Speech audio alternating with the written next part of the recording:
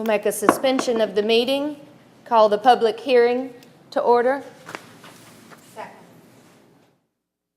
Made a motion. All in favor? Aye. Thank you. Public hearing, would you like to read the topic?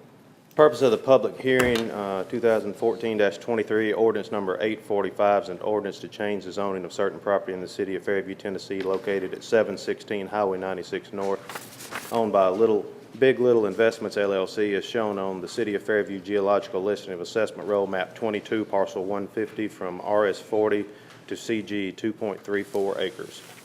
Thank you. Are there any citizens this evening that'd like to speak on this matter? Please approach the podium.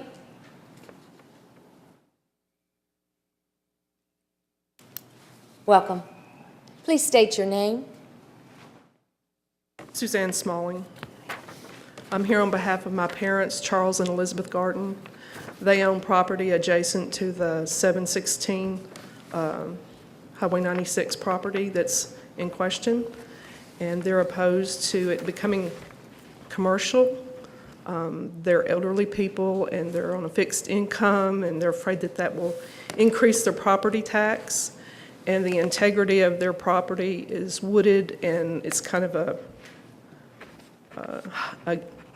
a retreat for them, and they think that it'll impose negatively on their property. Thank you. Would there be anyone else this evening that will speak on the matter?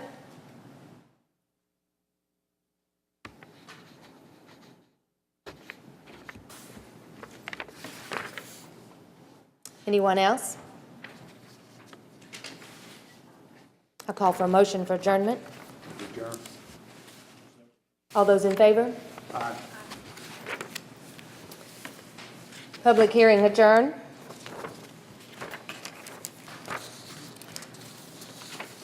Now moving on to the agenda, I open up the meeting again.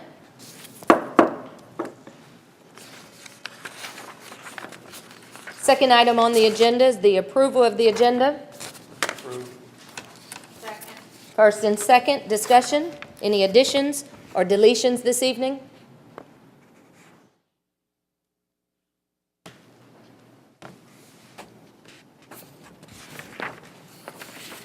All those in favor? Aye. Any opposed? Next item is citizens' comments. We have Ms. Susan Smalling. Would you like to speak at this time? You have 3 minutes as a citizen to speak if you choose.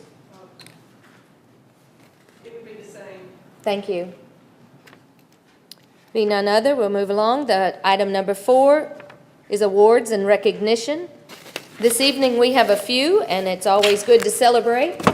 I'd like to, first of all, share with everyone in the public, Dr. Julie Oyer, the principal of Fairview High School, has sent to the mayor and the city commissioners, and of course to staff. On behalf of the Fairview High School students, faculty, and staff, I wanted to take a moment to thank you for the gracious donations that you have made to our school during the 2013-14 school year. I recognize that I have said thank you multiple times over the last year, but I wanted to put it in writing and make sure you had a clear sense of the benefit that you directly had on our school.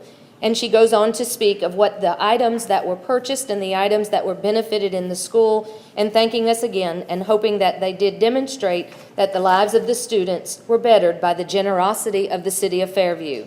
The experience that our students have because of this was $26,040 given to us, made it an outstanding school year for all. Thank you, Dr. Julie Oyer.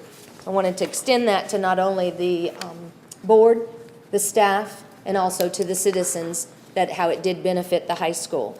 And secondary, I'd like to highlight or say what a great day, and we may have commented on it before, but the community garden that was dedicated at the Fairview High School, if you've not had an opportunity, it was a wonderful celebration, and we had the First Lady, Ms. Haslam, that did cut the ribbon and tour with the students. But if you haven't had a chance to see that, it is a wonderful community effort by all, and we invite you to do so.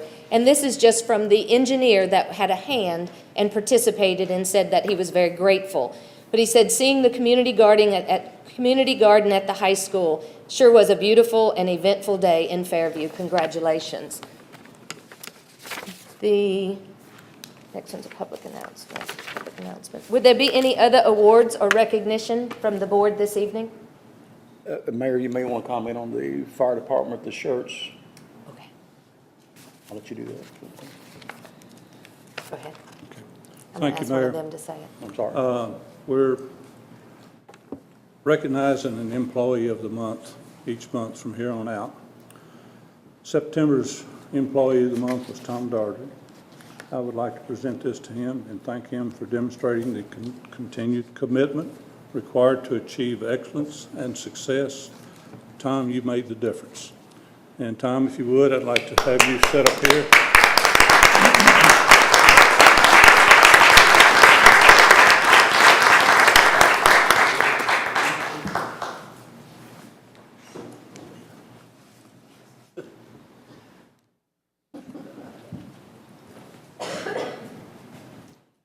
If y'all would gather around. I'd like to say too, he's my friend. He's a good one. I see the traffic flow to him every morning from the things that's needed by the city, and he handles it with grace and commitment. Tom, I'd like to present this to you, and we thank you so much. Thank you. Okay.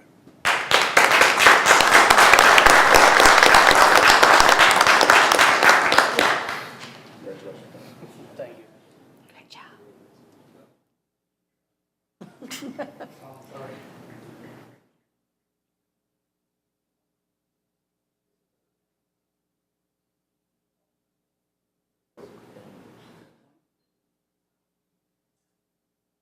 Thank you, Frank. Thank you. Congratulations. Congratulations.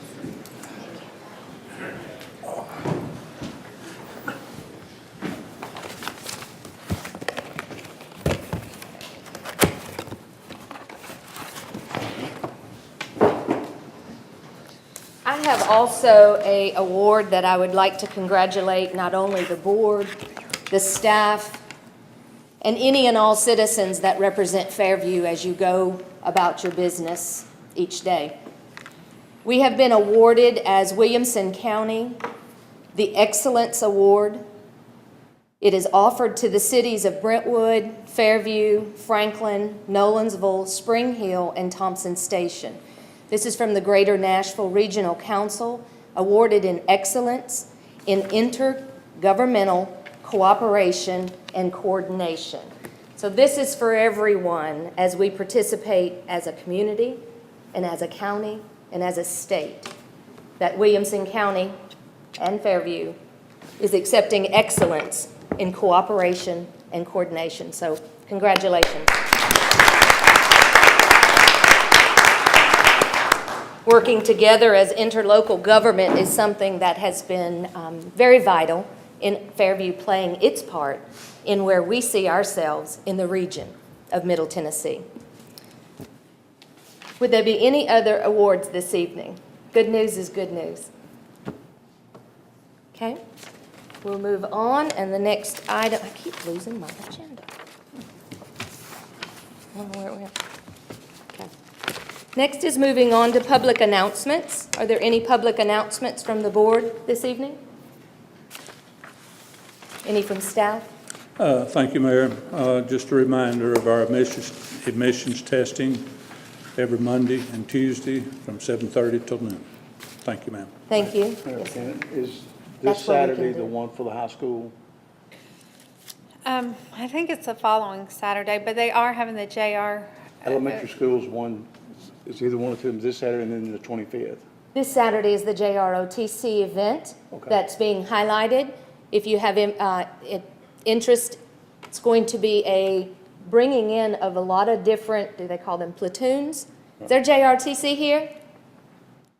Would you There like he to is. announce what we're doing this weekend? We are highlighting our JROTC as well as the city. Would you share with us how many different groups will be joining us this weekend? Didn't mean to put you on the spot, but, There's 22 teams made of 10 people per team. okay, They will do first aid, litter carry, obstacle courses, 3-mile run, and a few other events. First Sergeant Turk is handling it. He's got the biggest meet we've ever had here, and they'll have freshmen. If anybody wants to, come out and watch it. It's something, it reminds you of a mini ranger meet. And they'll do a lot of things that you didn't think these kids or the schools could do. Have we hosted one before? We've had 3 of them Excellent. before. We started, I think, 4 or 5 years ago having it, and he just took it from 10 teams to 20-some teams. And where would they be coming from? They'll be out of this state, about half of them are better. Couples coming from, I think, Kentucky, and I think Grissom from Huntsville may be here. But most of the teams will be within the state itself. But we've reached out to a lot of teams we've, in the past, Other had challenged. JROTC high schools. Correct. Excellent, thank Then you. the team will be going in November to the International Raider Meet in Georgia. So we hope they can win something. Thank you, I appreciate that. Other public announcements, they can speak about the fire shirts now. If you want to tell the public about the shirts, the T-shirts that you are offering? The fire department is selling breast cancer awareness shirts again this year. They're $15. We're over halfway through our stock already, so we'll sell them till the end of the month or they run out. We've already run out of a few sizes, but we still have them. They'll be at the station, or you can buy them out front here at the meeting. Thank you. Can you bring out the address things, the glow in the dark, the reflector? Yes, sir. A You lot can of get people those at the we haven't station. mentioned it in a long time, so. You can get signs at the station, address signs with the reflective on each side. You can come down the station and get those. Where are they, Chief?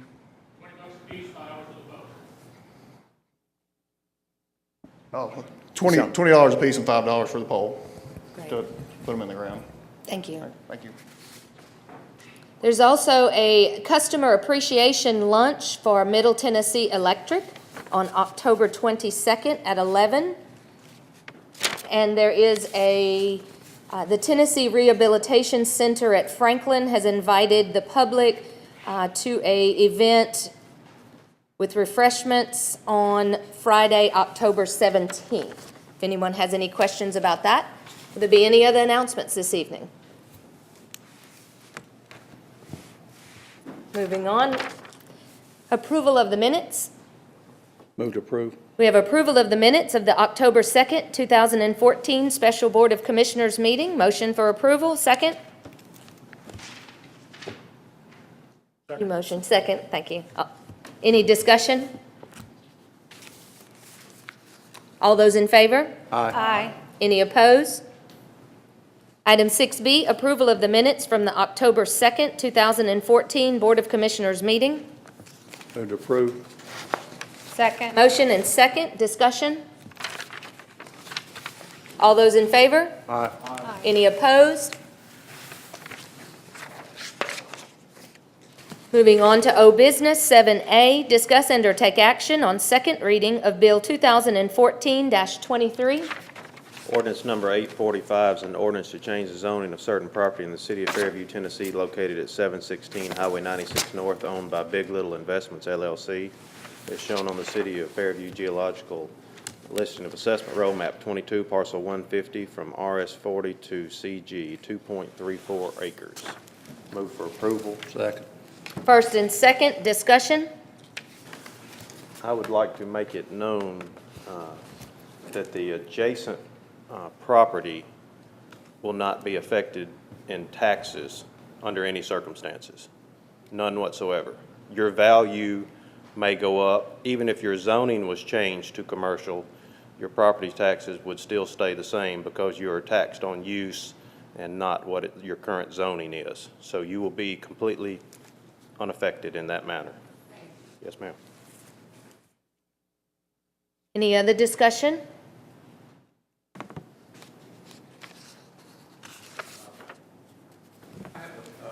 Property at 722 Highway 96 North. It's next to that property that's, want to be rezoned. I heard through the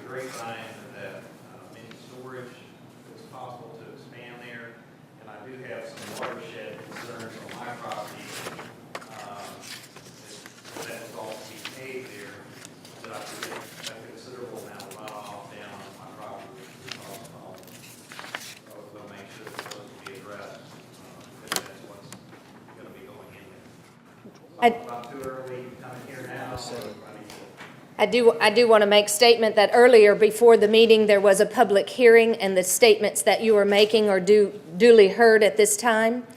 Of course, can't take it back what people heard. At this time, we have discussion on the matter at hand and the public information. You are free to speak with anyone at any time about your concerns, whether it be the developers or the commission. Thank you for your words. Any other discussion?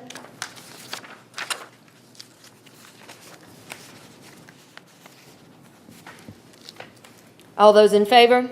Aye. Any opposed? Item 7B, discuss and/or take action on second reading of Bill 2014-24. Ordinance number 846 is an ordinance for an amendment to the City of Fairview, Tennessee budget for fiscal year 2014-15 budget.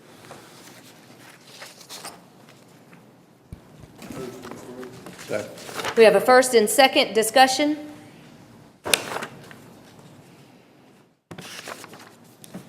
Would you like to share? Thank you, Mayor. This is to appropriate funds from the tree bank account to pay for trees at the, for the Friends at the Bowie Nature Center, and also for the trees at the community garden.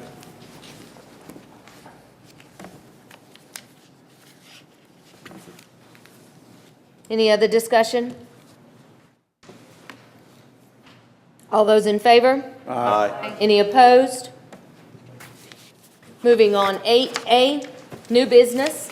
Discuss and take action on stabilization plan. Commissioner Basell? Thank you, Mayor. I will defer to Ms. Brooks, our chairman. Welcome. Chairperson.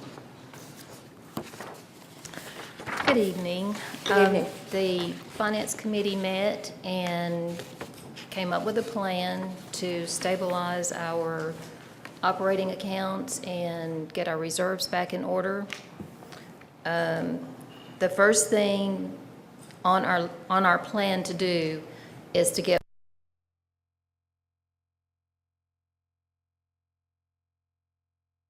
considered part of our reserves, but it would also serve as our cash flow.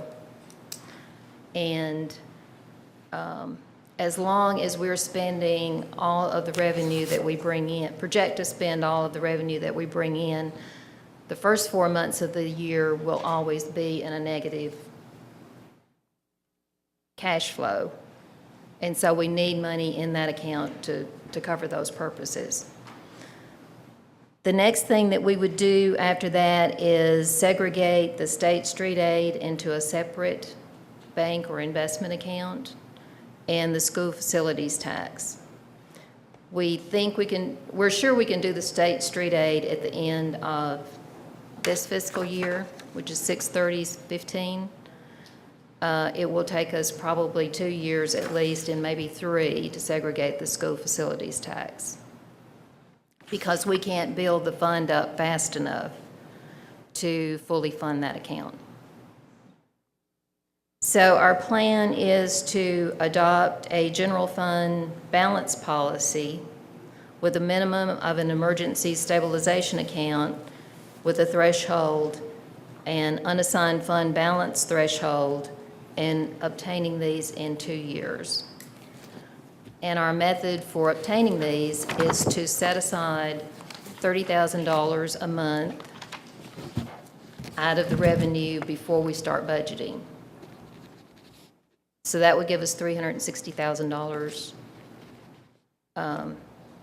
each year. If at the end of this year we see that we're bringing in more revenue than we had anticipated, all of the extra revenue would go into to get these funds to their threshold amounts, based on what you all approve.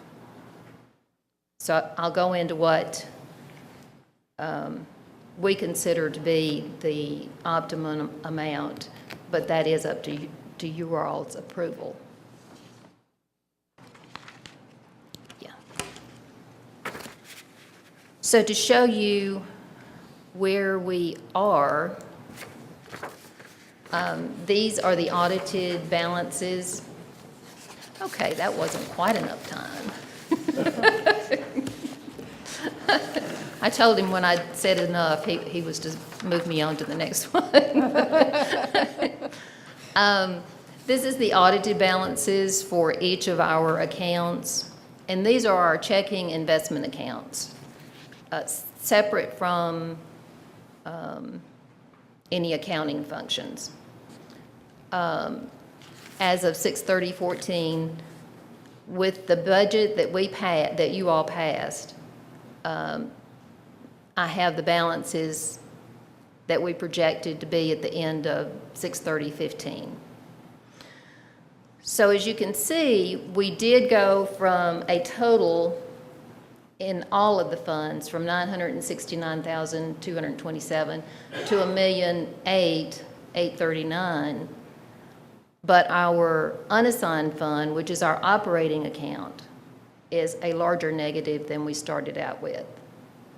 And that's because the other funds increased. The street aid increased, the school increased. I think the rest of them decreased. But to show you how quickly that changes, I put at the bottom, those three things listed at the bottom were not budgeted for, so they have to come out of those funds. And the state street aid was our, the city portion of the grant to pave the streets. I think it was $93,000, but I'm not sure about that number. The school facilities tax was the $91,000 for the library. The facilities tax refund was where we charged people more and there hadn't been an ordinance for the $40,500. So with those three things, our projected overall balance at the end of, at 6/30/15 would be $784,339. So we would have a decrease from last year, but it's all in what fund something comes out of. So have I made that all just real muddy? Any questions on that? Okay. So this is the proposed fund balance policy. It would be what you all need to pass, or some version of it. I think we basically took it from MTAS. Isn't that right, Tom? The state defines things in 5 categories: non-spendable, restricted, committed, assigned, and unassigned. The non-spendable is like inventories and prepaids. We currently have no funds in that category.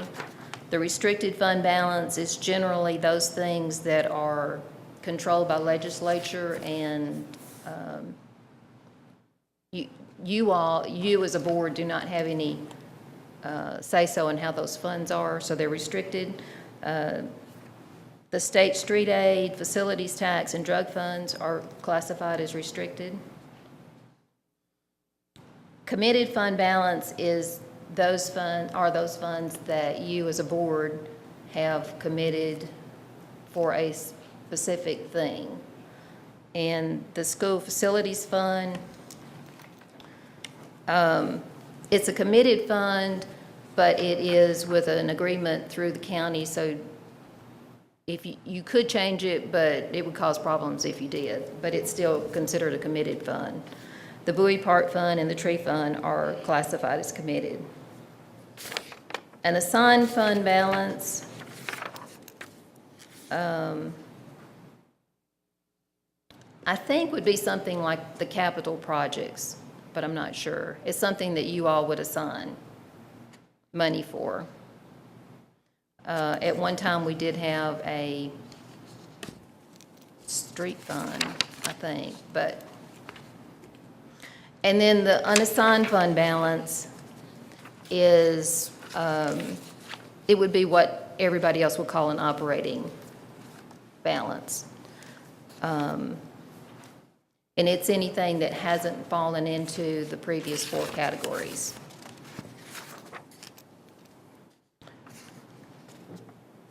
So the order that you would use the funds, when both restricted and unrestricted funds are available for expenditure, you would use the restricted funds first, and all the way down, committed, assigned, till you got to unassigned. So if you wanted to build a building in the park, you would use money from the park fund first before you would go to unassigned funds to do it.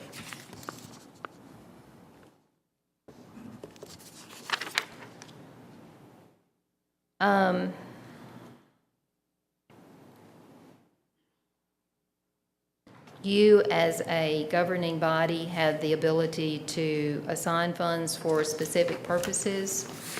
You have to do that by passage of resolution. And if the actual amount committed is not available, then you would have to do other resolutions to determine when those funds would be available. This is all part of setting up the policy that Tom will live by. So if there's anything in this wording that you would like to have changed, you just need to bring that up. The stabilization fund, as we are defining it, is an emergency fund.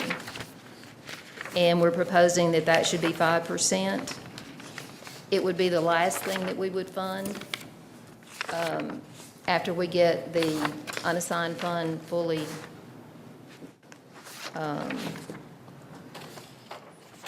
funded. The word just left me. It would never be used except in the instance of emergencies, and you would define the emergencies. It would be like floods and tornadoes and ice storms and those kinds of things, earthquakes. That would come, currently, that would come to like $250,000.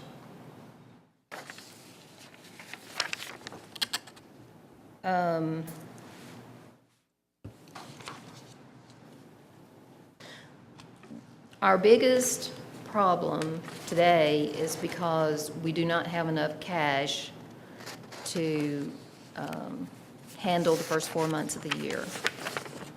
So we are proposing that we have a 2-month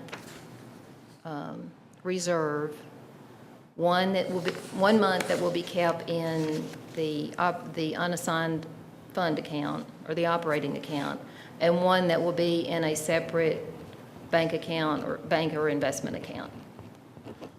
The 1 kept in the operating account will be for cash flow. If we fall below that amount,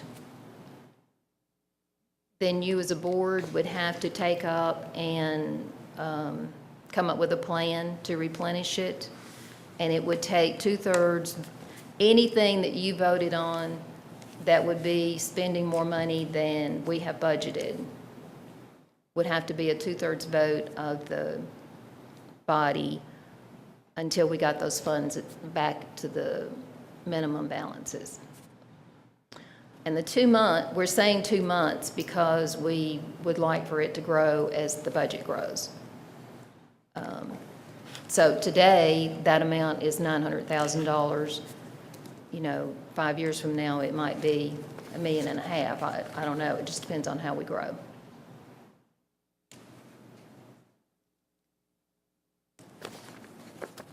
Any questions?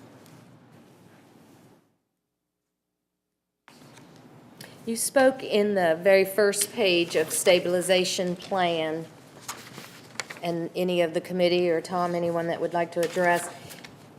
I do recall that there was comments about bringing the accounts together, so you're recommending separating the accounts even more than now? I guess that's just something, what was your analogy of that as a committee?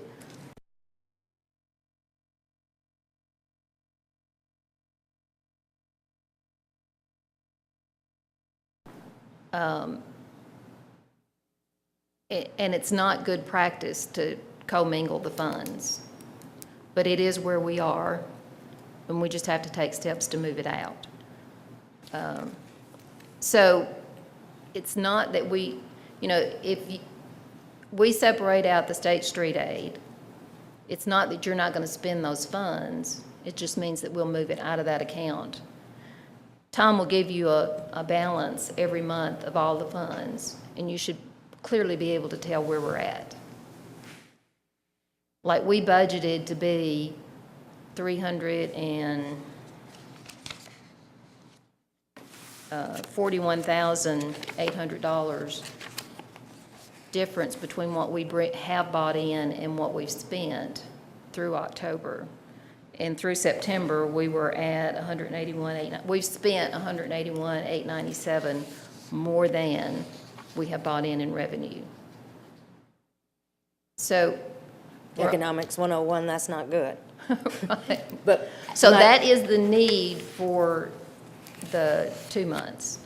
One Okay. is an actual reserve and one is a cash flow. So the specifics of all things in general fund, with it being a sub-fund, it was discussed that the sub-funds now begin to be their own restricted. No, the nature of the fund doesn't change. The state street aid is restricted now, even though it's commingled in with these funds. In It's the just general fund. commingled now, In the general fund, yes. right. So it having its own account, such as drug funds, such as the facilities tax that was set aside, that would be the individual segregated, restricted, and committed funds as you're presenting in number 2. We may do it that way. Tom has to get the recommendation from the state. We definitely are saying we'll put the money in a separate bank account. It may not be a separate fund account. It depends on what the state recommends. And what does the state recommend? I do need to research. I think the priority for the committee is we all are in agreement that we need to separate our funds into accounts. If I say there's $200,000 in state street aid, I'd like to have an account with $200,000 in it, not mingled in with our unassigned funds or our bill-paying funds. I don't want our school facilities taxes to be mingled in with our operating funds. It needs to be, our school facilities tax needs to be in its own account. And when we say there's $400,000 in the school facilities tax, we need to have an account with $400,000 in it instead of it mixed in with the unassigned funds, which are operating funds. We would have researched that, but I thought I knew what we were going to do, and then when Tom and I talked today, we weren't on the same page. So we didn't research that, but we will. As far as that goes, I believe that's a accounting issue, and we can account for the funds in our system any way that is appropriate with the state. And as far as the state's concerned, the way we're doing it right now is okay, but it's definitely not best practice. And if I can, this is what I told Donna. Right now, we have 3 funds. We have general fund, which is 110, which has an array of sub-funds, which some are committed, some are restricted, and then you've got your unassigned. And then you've got drug fund, which is restricted, and facilities, which is restricted, which the drug fund has a number provided by the state, 619. Facilities has a number, which is 300, provided by the state, and general fund has 110. What I don't know is, does state street aid have its own number where I could set it up like that? I don't know that answer to that right now. If it does, yeah, that'd probably be the way to go. We'll be moving that direction, but I think it's imperative we get those funds in its own account where they're not there readily available to spend. Thank you. Now, Mr. Hall, at one time you had the document of street aid permissible spending. Yes, ma'am. Would you like to make any comments on that? Well, it's supposed to be spent for, I have a whole list of things, but I can't remember them all right now. Sure. But it's supposed to be spent for equipment to repair roads, repair the roads. So basically, that's what it's supposed to be for, and the labor to do so. but not to draw out labor out of there. It's just strictly to be for the roads itself. In other words, if we're patching roads, we can apply the labor to that, and we can apply the asphalt we have to buy out of the state street aid. If we, like in the case of the resurfacing grant, we can pay our share of the match on the grant out of the state street aid. So there's other things as far as equipment and that type of thing, but it's all got to be related to street repair. And then also, in the same token, the school facilities tax in the interlocal agreement with the county that the city is in does have specifics as far as what they honor that money being spent on Yes. also. Yes, ma'am, and I think that's, interlocal agreement has been to allow the match, our match on the library expansion. Okay. The only other question I would say is, at that point, was the park fund discussed, being that it specifies that where it's to be spent, being it's kind of the same as these other two? It is already in a separate account. It's in the general fund, but it has its own bank account. Go ahead, sir. Just to clarify something, on the interlocal agreement that we have, or we put in place right now with the county, which I think is great, with the street aid fund, will it have a problem with us doing that with the county? Let's say we're going to get a joint venture for paving or whatever. So we'll have to give that money back to the county. Right, they'll bill us for their cost is what they've agreed to do. So we'll be using it just like we would an asphalt company or whatever, but we'll go directly And back. actually, the asphalt quote is for us to pay the asphalt company. So therefore, that can be used as far I as just want to make sure that it resurfacing. did not bother that, but we're moving forward on that. Yeah. And that will not be paid out of the school facilities tax. No, we're talking about street aid. Okay. And I do have estimates on 4 roads already. It's just having to wait. I just want to make sure that there wasn't any restrictions on us doing it with an interlocal agreement with them. Okay. But like the As facility long as tax. it's for the purpose that the street aid funds are set up for. It doesn't matter whether you pay the county, the state of Tennessee, as long as you can document that you paid for X number of tons of asphalt or, I was just double checking. yeah. Commissioner Carroll? Okay, I just have a couple questions. I actually love this. I think it's a step in the right direction. I love having a plan that we can kind of follow each year. But I know you said it would not happen overnight and that, you know, it would take a couple years to get all the funds separated. But what was y'all's discussion on when we would start implementing this procedure? Because as of right now, just looking at where we are for the month, is this something come January or February when the cash flow and taxes are different? Or can you give me a timeline on what the board's looking at? We would not start until July because the only way we could start any earlier than that is if we change the budget. Okay. And the only way to change the budget is to do some of those drastic things we discussed.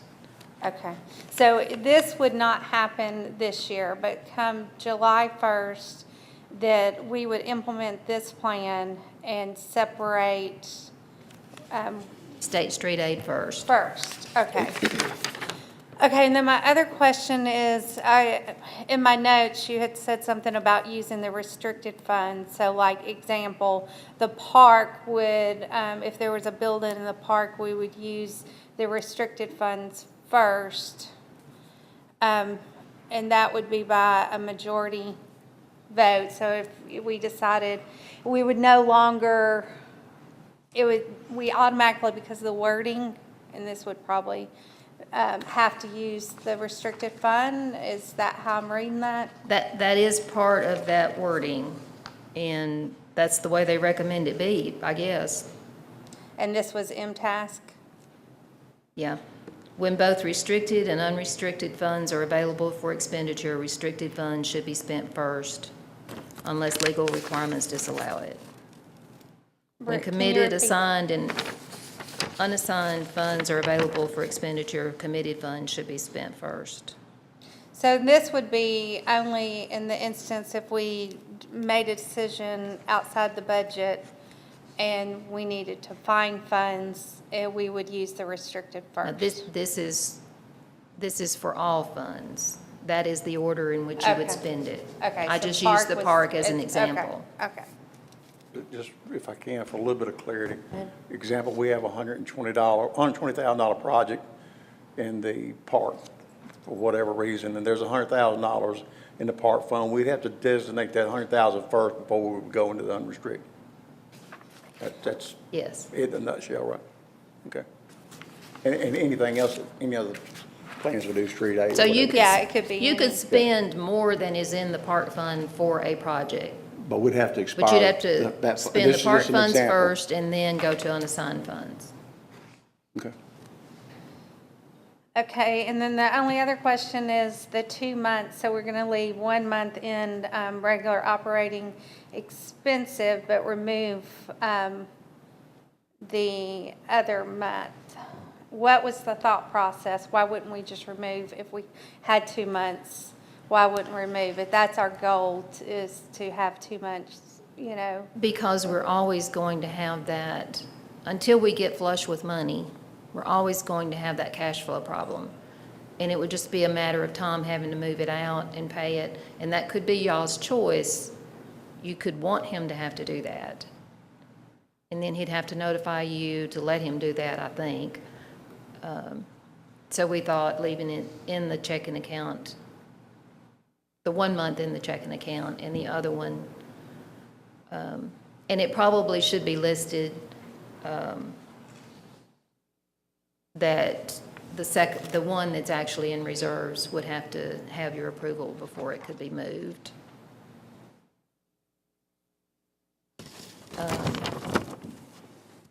And this would not be funds, I don't think I emphasized this, funds in the unassigned fund balance are not for board discretionary spending. So even though we have $900,000, that's the minimum, it would not be for somebody to come up and ask you for $100,000, and because we have it, you give it to them. You would have to have $1 million so you could give it to them.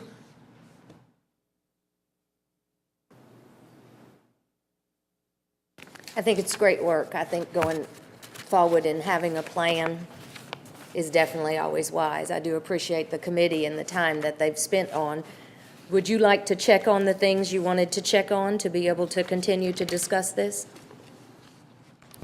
Sure, and it will have to have be in ordinance form, so the main thing we want to do is bring it to the board and let y'all be chewing on it. I make a motion for deferring till we have additional information to discuss. Second. Discussion? Just one point, in order to move forward, we need to have some general concurrence from us about some of the things we're setting up, like 2 months. That's what we came up with. We think it's achievable within the next couple of years. We've got each thing spread out. But if 2 months is not going to meet the board's satisfaction, then we got to go back to the drawing board. So we need some feedback.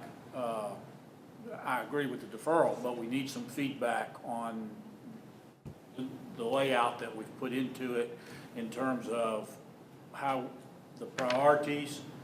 We're going to put the money back into the funds first, then into our unrestricted, and then the stabilization fund will be last. We need to know that we need a concurrence, or at least some idea about that.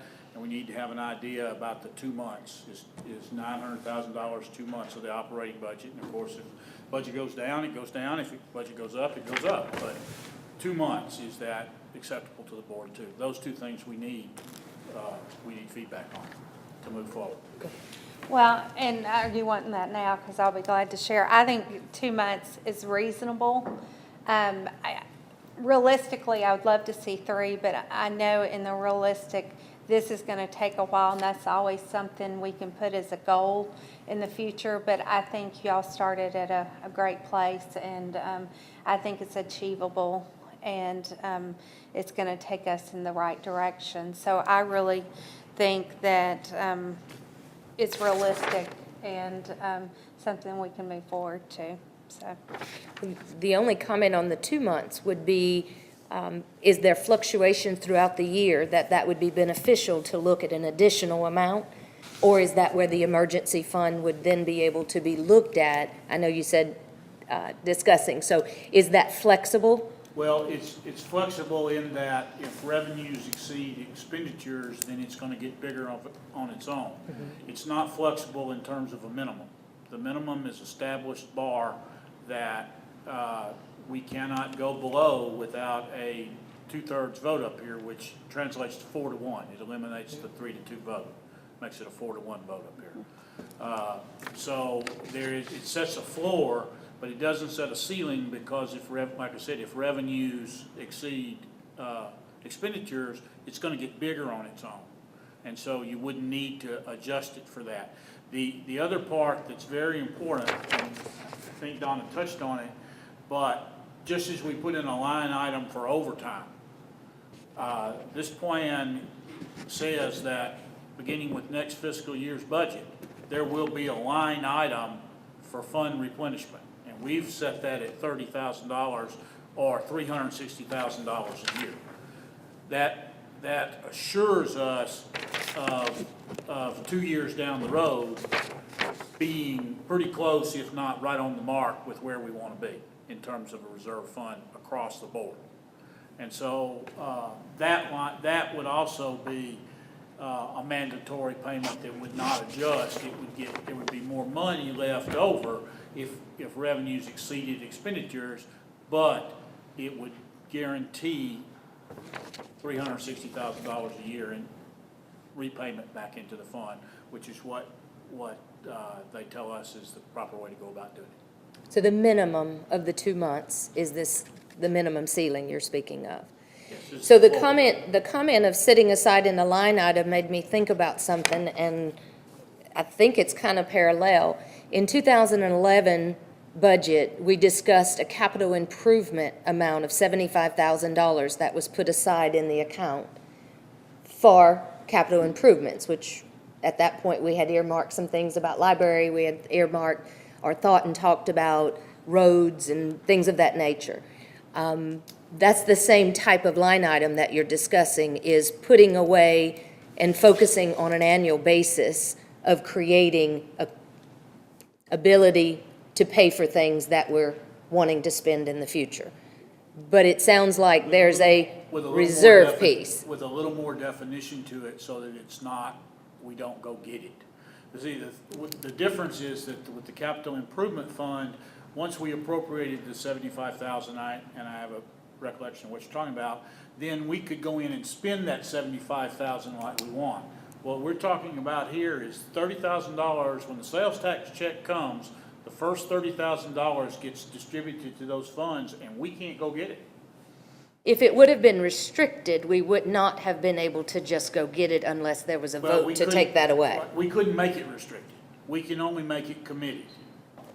We can't make a restricted. Restricted is a fund that by law higher than us sets the money a certain way. Such as the street aid and Such as the yeah. street aid and that sort of thing. But we can commit it, we can commit the money, but anytime we just commit the money, then what happens is that we have the ability to uncommit the money and move it around. If we put this $30,000 per month into a fund replacement, once the money has been moved into that fund, then the other mechanisms that we talked about here kick in, and you can't get to that money for discretionary spending. That money has to stay there. That's why that is in there. So it's a forced, if you will, repayment plan, and it's a little different, though it's the same principle. And what you may want to do is, because we are allowing that first month to be used as cash flow, is twice a year, you look at your balances and see if they're right. It's going to be difficult to manage it for the 2 years that it takes us to get there. And if they're not, you're going to have to take steps to bring it back in. You know, But to elaborate a little bit on the first 4 months are gonna always be a negative cash flow until our growth gets to the point that, it exceeds our expenses. And it's just because what comes due and what doesn't.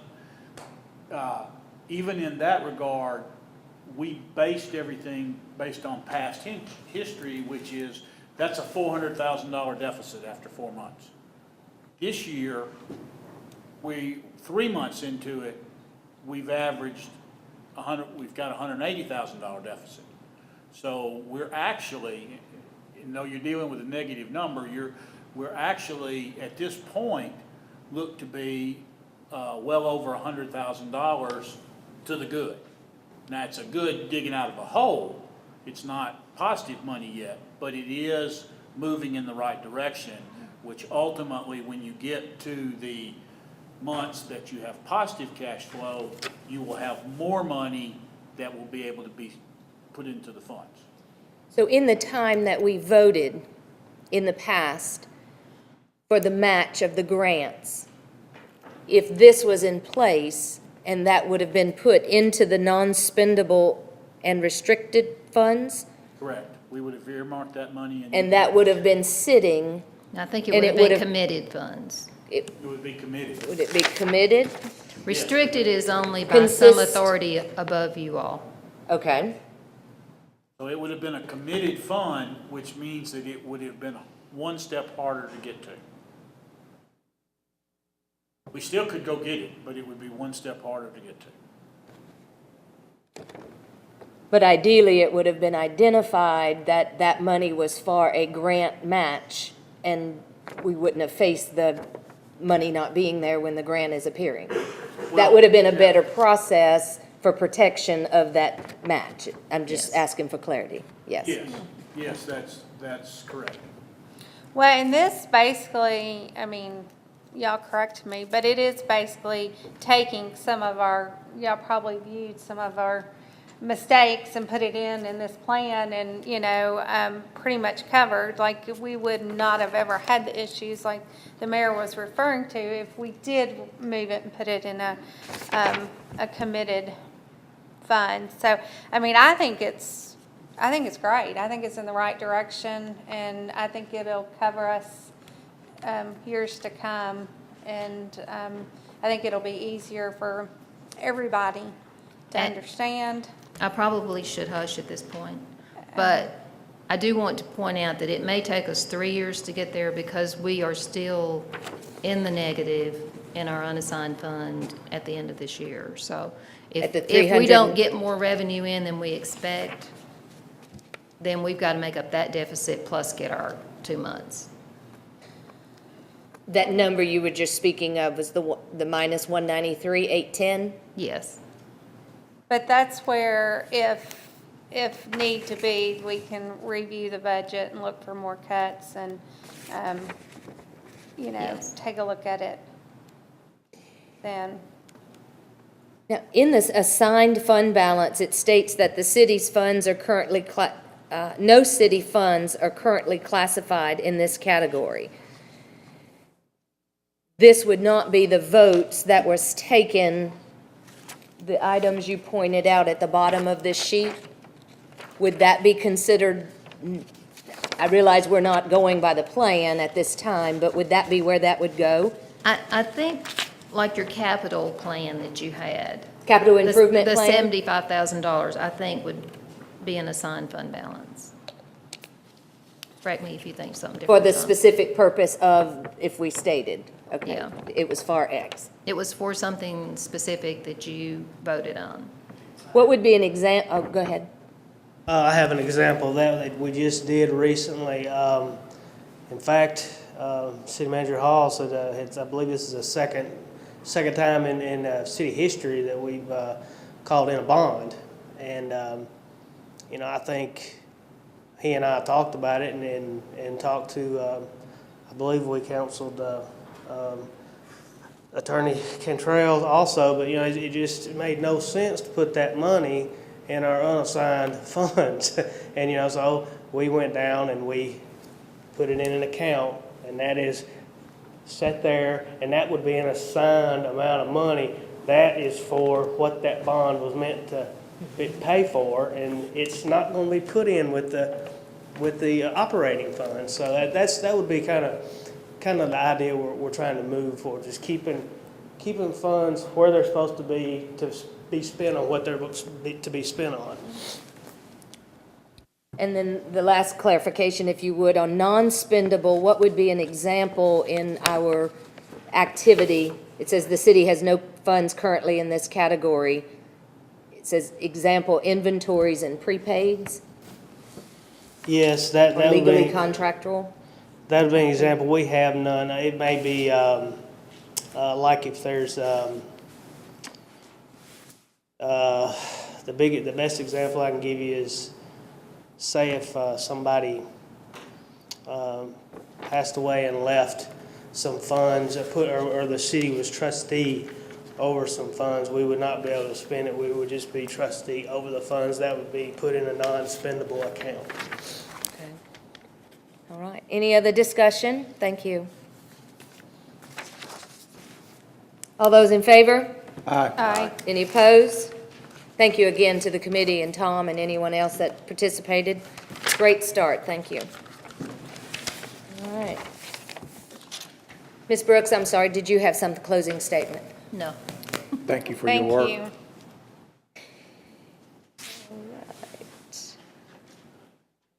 Item 8B, discuss and/or take action on Bill 2014-27.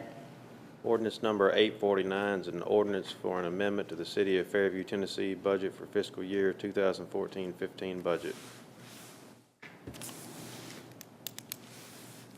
Thank you.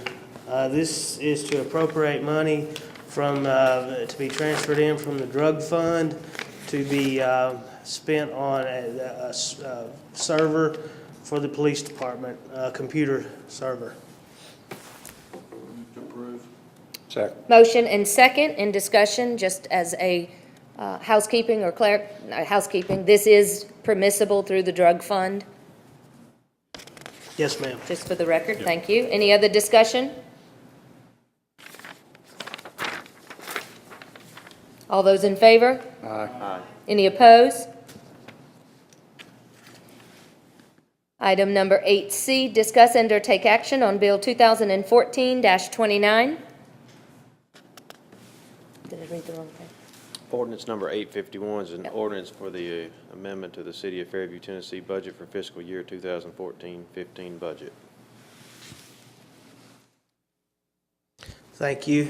This is to appropriate money or to transfer in from the facilities fund to pay for to reimburse for the overcharge to the cities that got charged 75 cents building permit fees instead of the 50-cent permit fees. Move to approve. Second. We have a motion and second, and I will ask when this was presented last meeting, it was the money is sitting there. Where was the money sitting for it to be refunded? Yes, ma'am. That money is in the facilities tax fund. It's in a separate account. And how does that affect our current budget for the things that are to be spent out of that account? It would not affect our operating budget. It would increase our overall budget. This budget amendment would increase our budget, but it would come from a transfer in of monies that we already had. So it would not affect our operating budget. So basically, the difference is going to be the interest that's owed. Correct. But was that facilities tax money used as part of the balancing the budget? No, ma'am. So that is over and above. Yes, ma'am. Any other discussion? All those in favor? Aye. Any opposed? Item D, discuss and/or take action on recommendations from the tree board. I have this evening that the tree board did meet and had a communication. If you recall, last meeting, we discussed the tree ordinance and the verbiage in it. It was brought to the board's commission, the board's attention that we were looking at a parcel of property that was not city, it was county on a specific project, trees at the community garden, fruit trees. So that began to be a conversation of how does that verbiage work. Do you have the minutes there?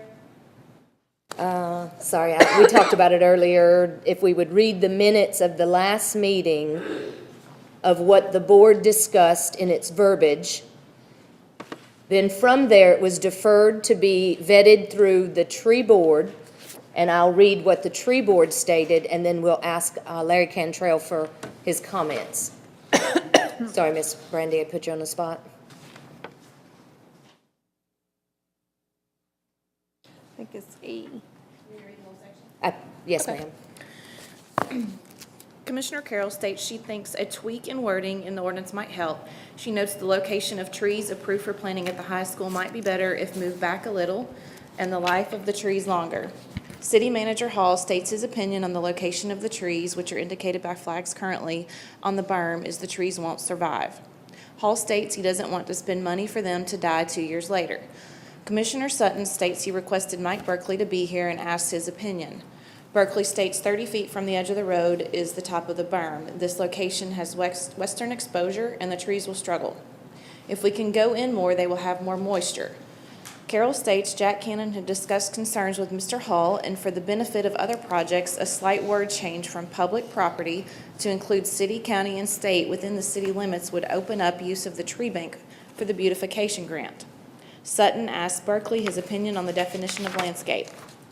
Berkeley states he runs across this every day, but in general it can include anything outside of buildings, including such things as lighting, irrigation, dirt work, arbor, gazebo, green stuff, outbuildings, and that would be the definition of a landscape architect would give. Sutton states that question came up in a previous meeting and I wanted your input. Toddy asked for clarity from Attorney Cantrell on what the ordinance says. Cantrell notes it states publicly owned City of Fairview property, but states the subdivision regs state differently. He states if we amend the document, he would include publicly owned property by the city, state, county, or federal government and amend the subdivision regs to the same definition, noting the subreg changes would require a public hearing and 30-day notice. Sutton asked if the wording should include public-owned property and easements within the city limits. Cantrell states yes, within the corporate boundaries. Commissioner Carroll makes a motion to amend the ordinance to state on publicly owned property by city, county, state, or federal within the city limits, with Commissioner Sutton seconding. Cantrell states he will present the idea of changing the subregs to the Planning Commission for approval. Toddy states the tree bank does not address residential, and Cantrell confirms and clarifies we still want the same definition. Sutton asked if that would just be city easements or include utility easements also. Cantrell states it would include all easements. Toddy asked Berkeley for his comments. He states the Tree Commission has had lots of discussion over this and thinks the wording is confusing. Toddy asked if the changes should be vetted through the tree board, and Johnson states they did ask at the last meeting to be included on the process of any changes. Commissioner Sutton amends the motion that the amended ordinance go to the tree board for review and edit. Cantrell notes this could be done between the first and second reading, and changes can be made as long as it doesn't change the subject. Vote on the amended motion was all in favor. Vote on the original motion, all in favor. Thank you very much. I have a question before you make your statement. Did this go before the Planning Commission? The subject before the Planning Commission, as was stated? No, ma'am, this did not go before the planning commission. There's no requirement for it to go before the planning commission. There's nothing wrong with it going. Okay, it's just stated that you said it would be best to go before the Planning Commission, and I guess Right, I knew I they mean- just met. Right, it's, if, get as much input as you can. There's no legal requirement that this goes before the planning commission, like, there's lots of things that are required by the state to go.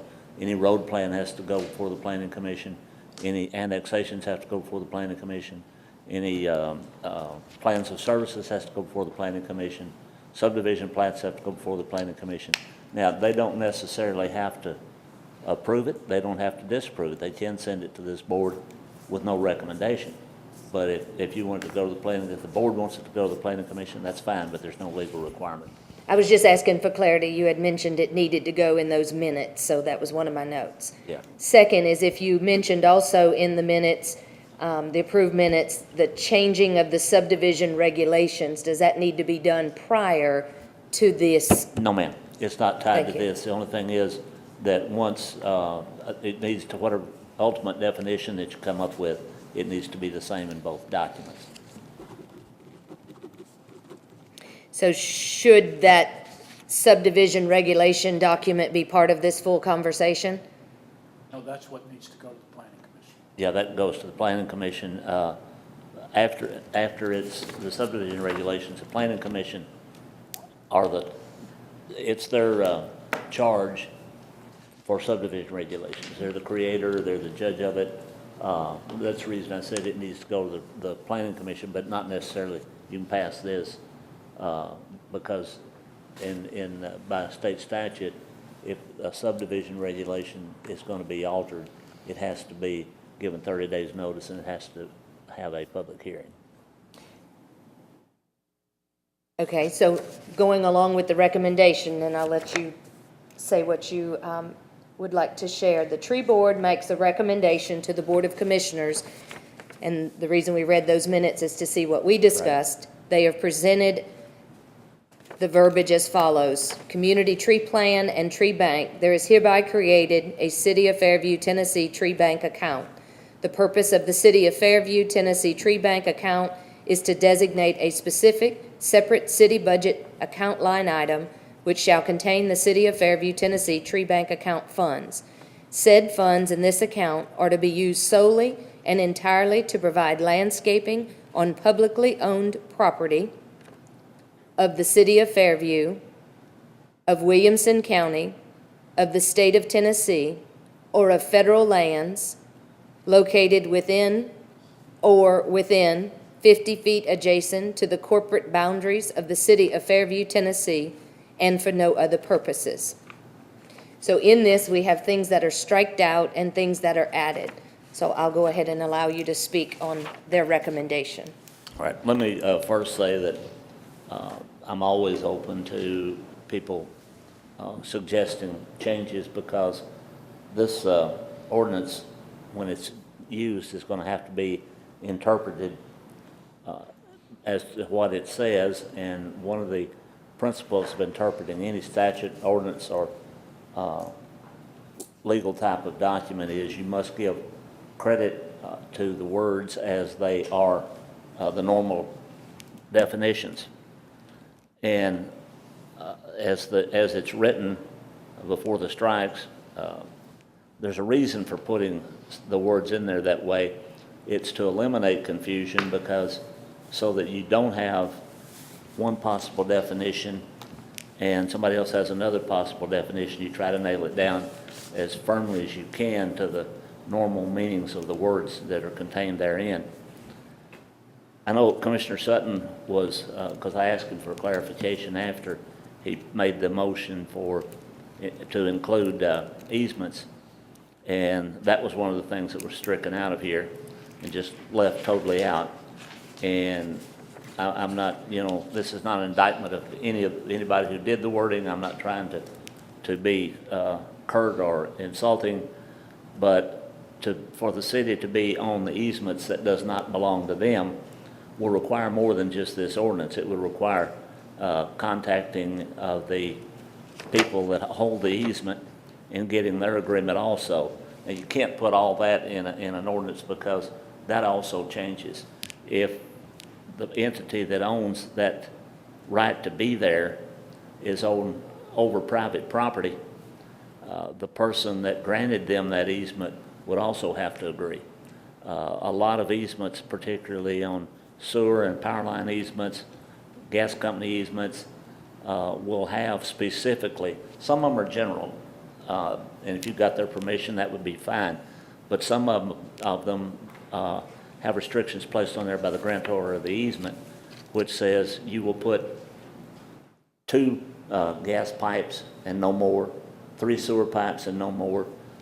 So you'd have to get with not only the people who are who own the easement, but with the people who own the property and get an agreement from them. And that gets into stuff that once you want that easement and you're given authority to be on those easements or at least to negotiate with those people for those easements, you can't list every possible circumstance in there. I know, I don't know, he can speak for himself, but I know Commissioner Sutton was very concerned about being able to get on the easements. The reason that they didn't strike out Williamson County or of Tennessee, but they substituted the words of federal lands for the United States of America. Federal lands, the last time that I've seen U.S. property referred to as federal lands was in some old cases out of Chapter 25 of the United States Code Annotated when they were dealing with Indians and Indian affairs. Federal lands, most everybody knows what federal lands is, but if somebody was opposed to this, you wouldn't believe what the definition of federal lands is. There's not many, there's not much confusion about property of the United States of America. If you put it federal lands, you're going to create a nightmare because if you ever wanted to get on a federal easement, federally owned easement, that's a nightmare in and of itself. But if in that instrument granting them that easement, it's going to be referred to, or if it's land that actually belongs to the United States of America, it's going to refer to them as the grantee, and it's going to refer to the United States of America, whoever the grantor was. If it was me or the city of Fairview, you would have to get an explanation in that instrument that this property is the property of or has an easement with the United States of America, also referred to as federal lands. I don't really believe that's what we need in that. You're adding some steps that are not necessary. The last thing that I have a problem with, I may have misunderstood what it says, but it says within, located within or within 50 feet adjacent to the corporate boundaries. I would assume that that says 50 feet both sides of the corporate boundaries. Well, the first one that's inside the corporate boundaries, you don't need to have any reference to that because that belongs to the city of Fairview or one of the other entities already mentioned, and they wouldn't need permission there. The one that's 50 feet over, as I see it, 50 feet over the corporate boundaries of the city of Fairview, you cannot do that.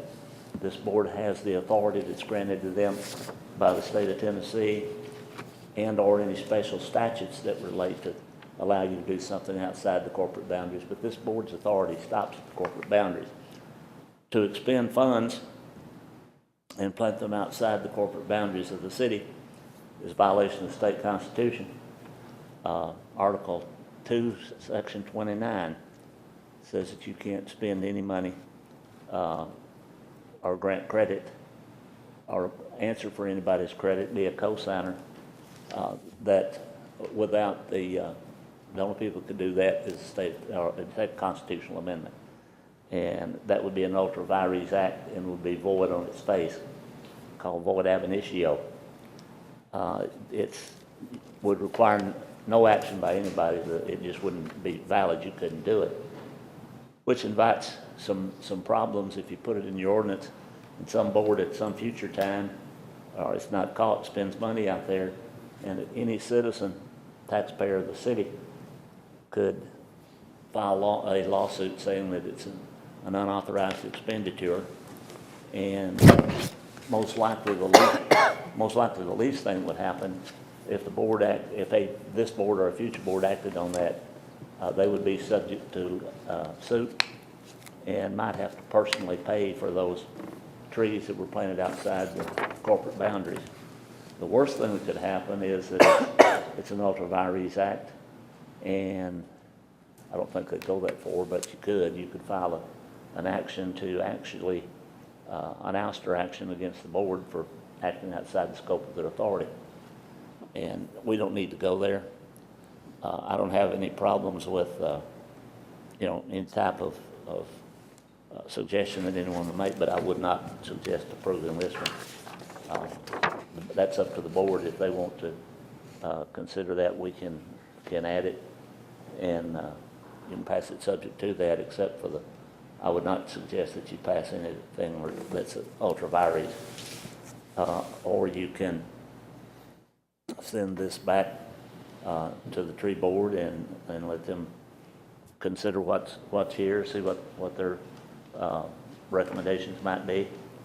And if you want to send it to the planning commission, that's your prerogative, but I don't think they would be interested in this. I think they'd be interested in the thing of what they ultimately control. If I can. That's all I Thank you. If I can. Mr.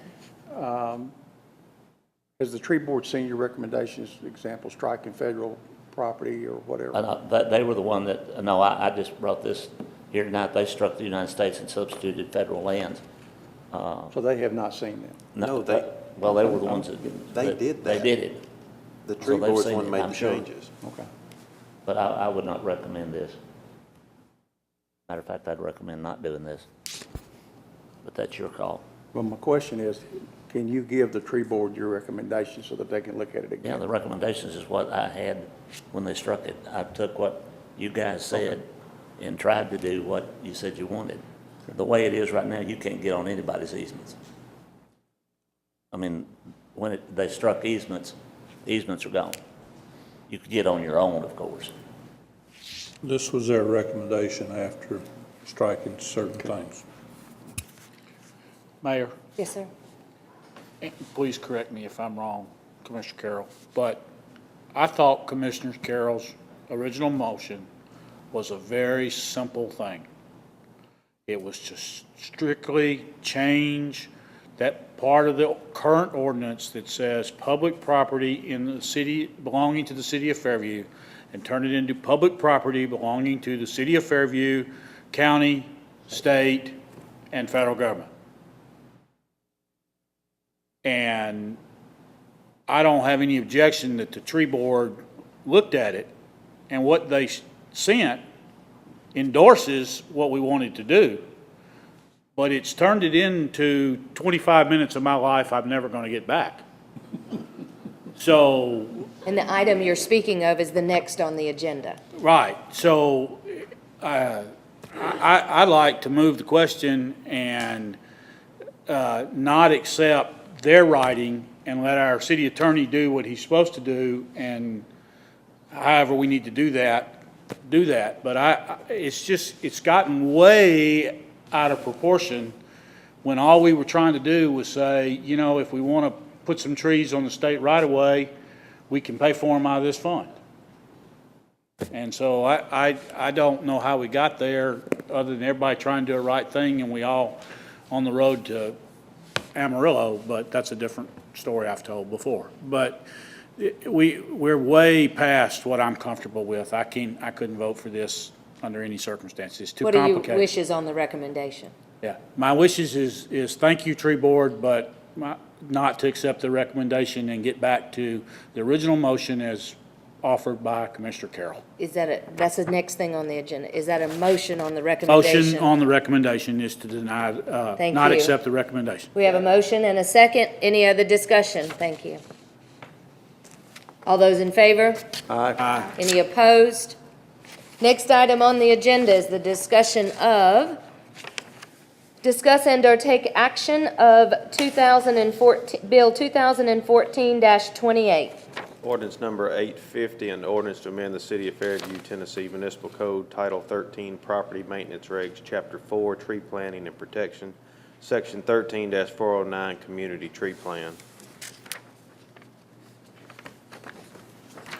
That brings us back to the conversation of the last, as the approved minutes were read. I would like to hear your comments about the word "or easements," or because it says of Fairview, of the city of Fairview. Are you okay with that? No, ma'am, it's in the proposed ordinances you have to include those in our easements of the city of Fairview, Right. Williamson County, State of Tennessee, the United States of America. So your statement earlier about the easements being good to stay there or not good because they're Williamson County or the state, those would have to have an additional documentation of approval from the county or the state, correct? They would, but I mean, you Right. don't go through all those possible things because inevitably, when you start to get those, something will come up that you didn't have in here. It would, if you wanted to get there, you would have the authority to go do those negotiations just like you would any other thing.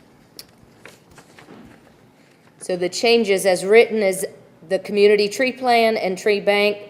There is hereby created a City of Fairview, Tennessee tree bank account. The purpose of the City of Fairview, Tennessee tree bank account is to designate a specific, separate city budget account line item that shall contain the City of Fairview, Tennessee tree bank account funds. Said funds in this account are to be used solely and entirely to provide landscaping on publicly owned property and/or easements of the City of Fairview, Williamson County, State of Tennessee, or United States of America, located within the corporate boundaries of the City of Fairview, Tennessee, and for no other purposes. What are the wishes of the board? Move to approve. We have an approval and a second? Second. Discussion?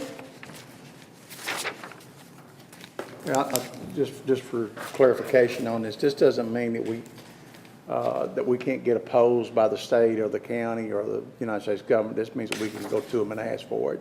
That's That's all it correct. means. That's all it Right. means. That- And if they tell us to go pound ground, we go pound ground. That's just for clarification purposes. I just want to make sure everybody understood that. Right. Any other discussion? All those in favor? Aye. Any opposed? Next item is 8F, discuss and or take action on public posting of the full Board of Commission packets to the website. I'd like to make a motion that the full public Board of Commission packets be posted to the website and any other public posting that the city does. Second. Discussion?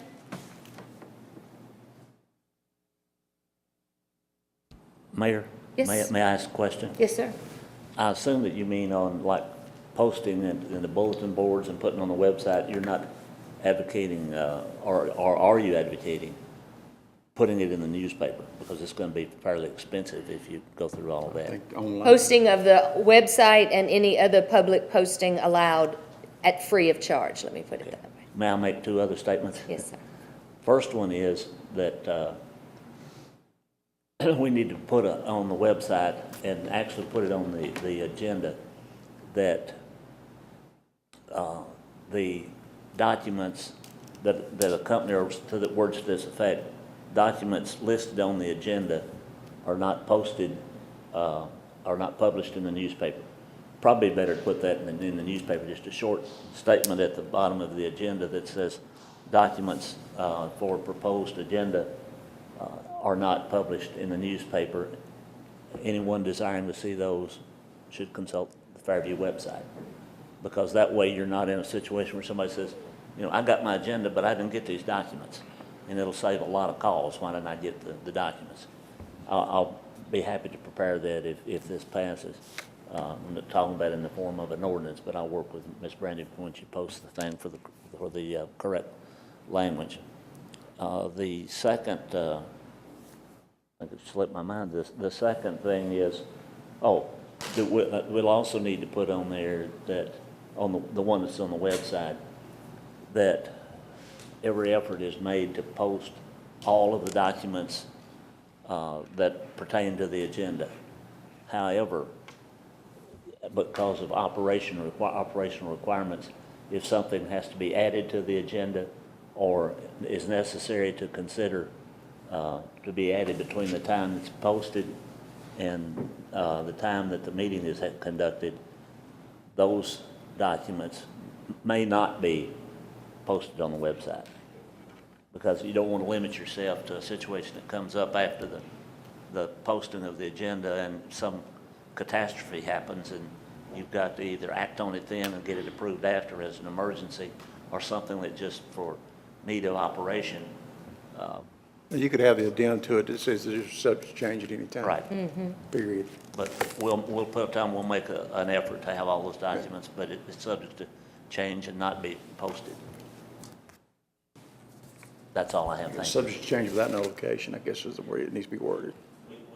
We can get that with Ms. Brandy to put on her agenda when she post, on the website. Other discussion? All those in favor? Aye. Any opposed? Item G, discuss and/or take action on recommendation from the Park Board. There were none presented, so we'll move on. There be no action. H, discuss and/or take action on recommendations from the Planning Commission. City Manager Hall. Thank you, Mayor. First off, I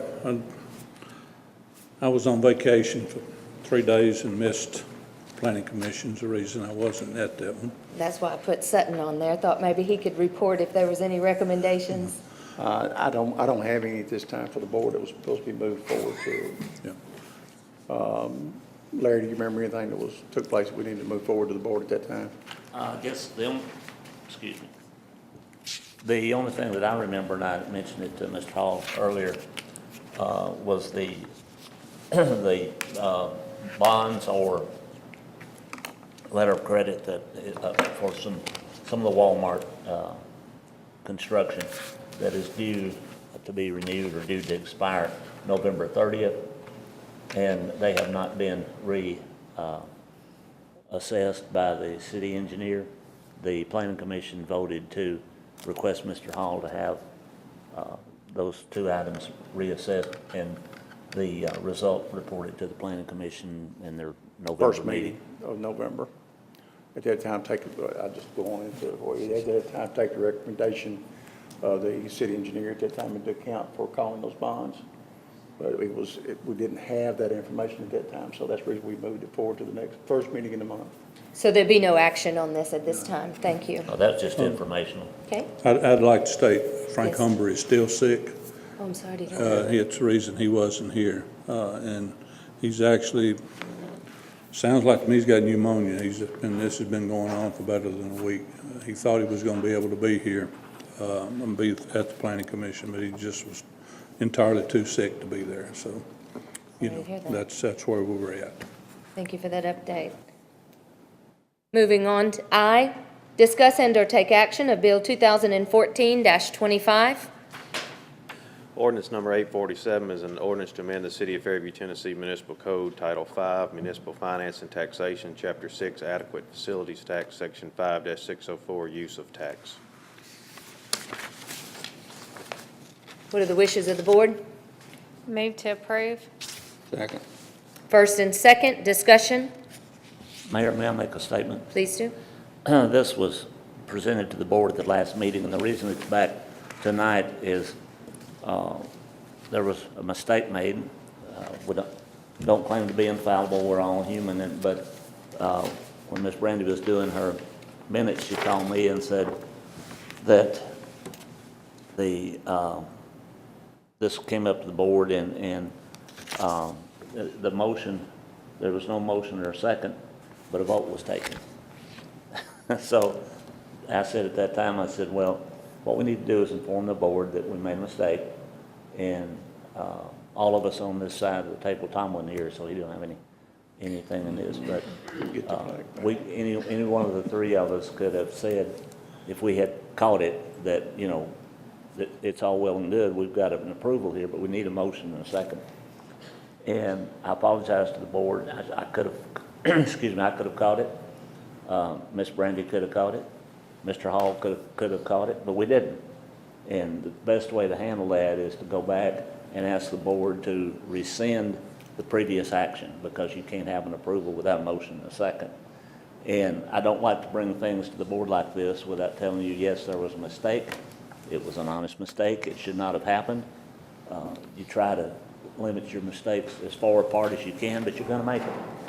And I talked with Ms. Brandy, and I talked to Mr. Hall about this. Probably, and anybody can disagree with it once, but during the course of this meeting, with Ms. Brandy getting her minutes together, she probably is the busiest, 90% of the time at least, the busiest person at the meeting. And she didn't catch it. Thomas said, I didn't catch it. Is it totally my responsibility? And I said, no. Any one of us could have spoken up and said, we got to do this. So I'm going to ask you to rescind the action from the October 2nd meeting and have a motion to approve the bill as previously presented, and we'll have it on the, as second reading of the bill at the time is appropriate. Now, I do want to tell you that we don't like to be part of mistakes, and I don't want to, I will acknowledge the mistake, but I want to tell you how we're going to try to keep this from happening again. You don't need to really see what this is, but this little scratching that I did on my piece of paper here, I told Miss Brandy and she agreed with it. I said, I'll try to help you keep up with this. So what I did, each item on the agenda that requires a motion, I listed them 7A through 8I, J, whatever it is. I didn't put my glasses back on, and I have little columns in which I put motion, second, amendment, and if it's approved or not. And as each one of them comes down, I put a check mark by it. So if we, hopefully, if I see here we've got a motion and now we're getting to approval, I'm going to say, excuse me, Mayor, we've skipped a second. Or we've got an amendment, we've got to vote on it. And we apologize for making the mistake, but we're going to ask you to approve it as previously presented. Thank you. So what you're saying is we're going to put this on another agenda, another meeting? We're going to start back at the first reading because I think that's serious enough to make it first reading. And you're talking about something that finance and taxation, and you don't want to give somebody an opportunity to challenge you on the fact that you collected a tax that wasn't properly authorized. How much is this going to affect us on the interest? None? None, this has nothing to do with that. Okay. It only affects the future. It only affects the Motion future. to rescind the board's action on October 2nd. Second. My question is, that's not the agenda item. Are we allowed to vote on a rescinding? It says this doesn't take action. No, it doesn't. Take action, that's part of it. I don't think it does. No, it doesn't. Okay. Any other discussion? All those, So, wait, hang on, so we'll have to put, we just rescinded it, you got a first and second. There was already a first and second on the table. Should I remove those and then rescind, or does it matter? What you can do is take the rescinding out of order. Okay, And then get that rescinded and then go proceed with your okay. motion.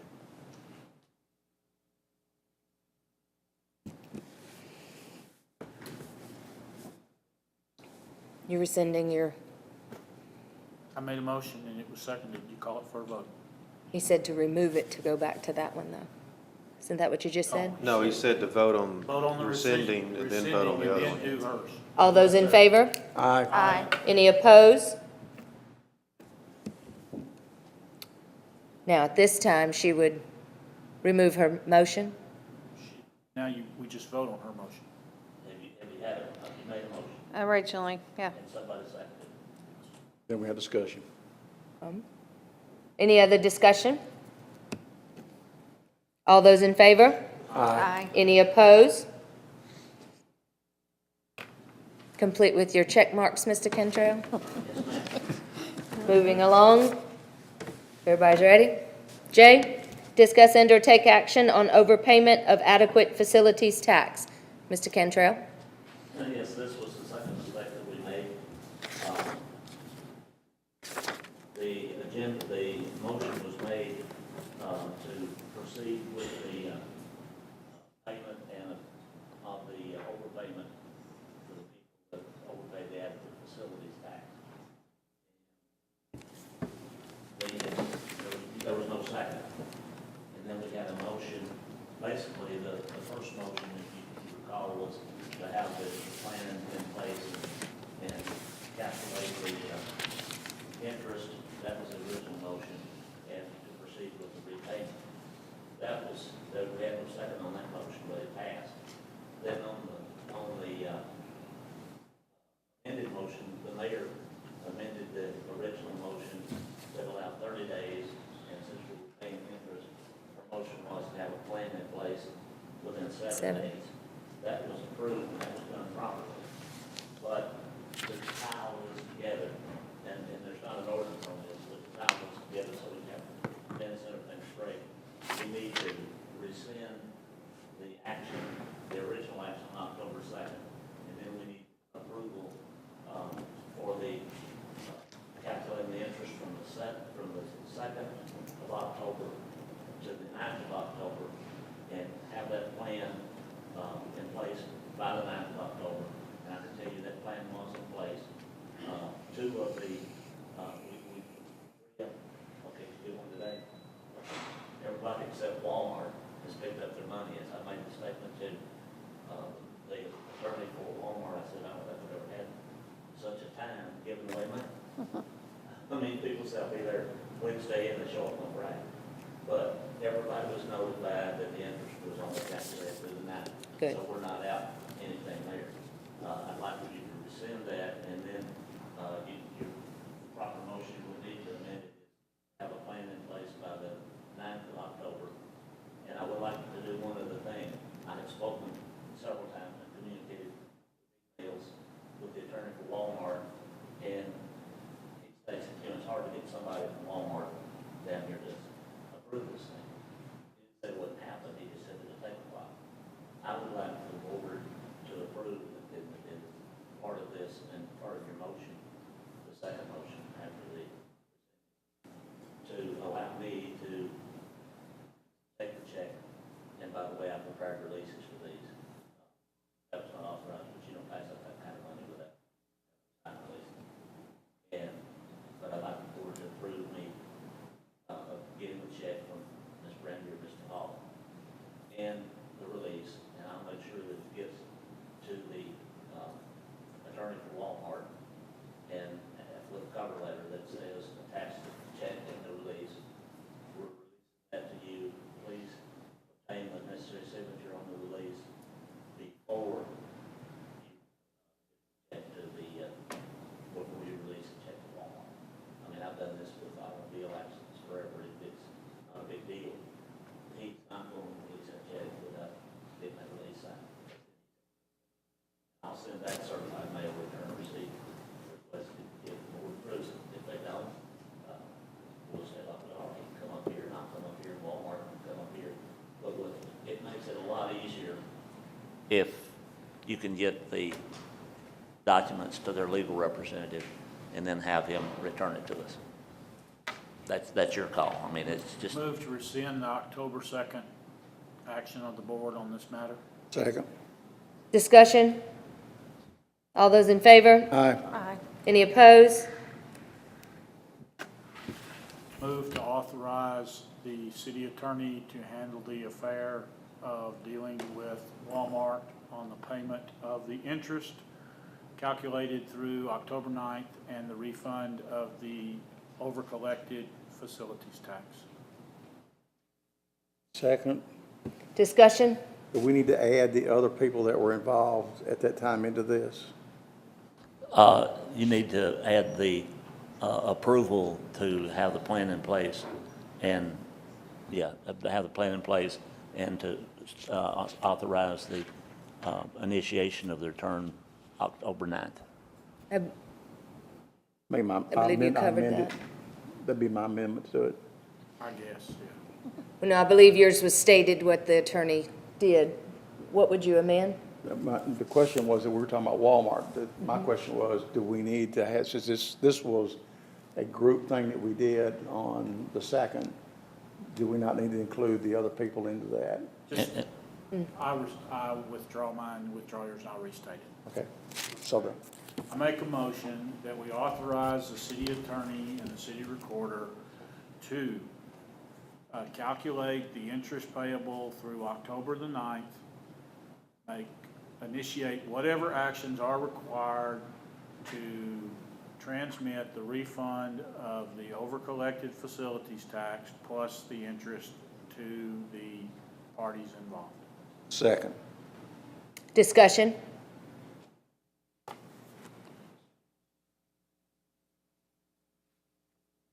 All those in favor? Aye. Any opposed? Thank you. City manager, items for discussion?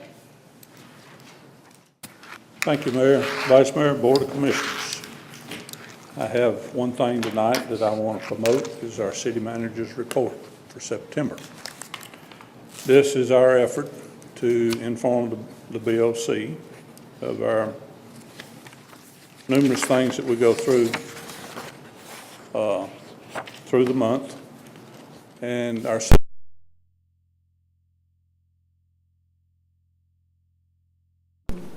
everything that each department does. Ms. Donna actually brought this to our attention. She got it off the internet. The city of Goodlettsville, which I think you and I both know the mayor of Goodlettsville, which he's highly successful with his city manager's report. He's not the city manager, but he's very informed with the city manager of his city. But this has each department head's, what they went through the month, what classes they've attended. And basically tonight, I'd just like to inform you all of this. We have the department heads here tonight. If y'all have any questions of any individual department heads, they'll be here to answer those. This will go on the website in the morning. So, and that way the citizens can kind of see what we go through each month.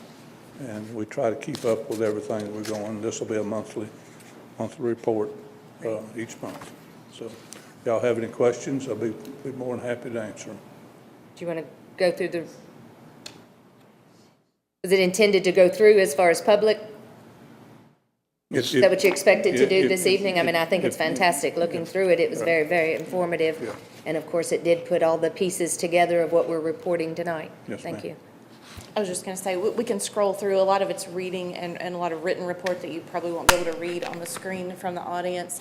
But like he said, it will be on the website, and we'll pause some of the more, the graphics that are more readable.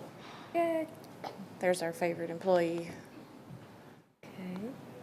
This is Tom's written finance report. His graphic one is attached separately, and he'll present that afterwards.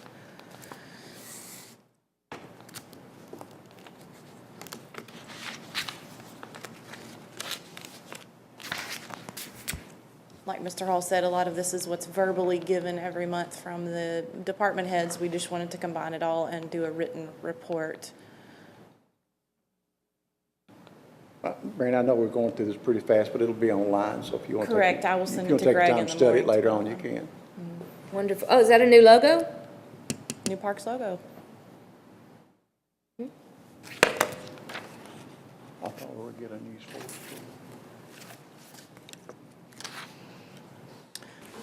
Fire department, and we did include, this includes a comparison of calls by type this month, so it's nice to have this visual graph.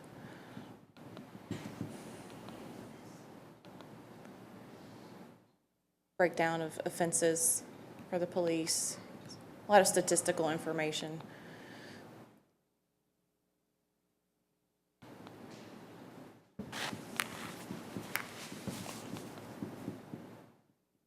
That's the report. Wonderful. Thank you. Basically, what I'd like to say about it, I've heard for years the oral report that we've had, even back in our ad hoc days years ago. I think the written version, the citizens will be paying more attention to it, and they'll realize, everything that each department does. And I want to thank Ms. Donna Brooks for bringing this to our attention. But I also want to thank the hard work that each department has went through to help us get this far. We've been working on this now for about 2 months to sort of get a format where we can go forward.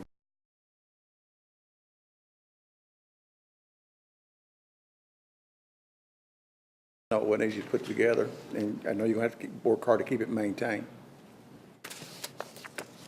We have one other update that I think Ms. Brandy would like to present to you. It's the update on the flag, the city flag. I think y'all would like this. Miscellaneous updates?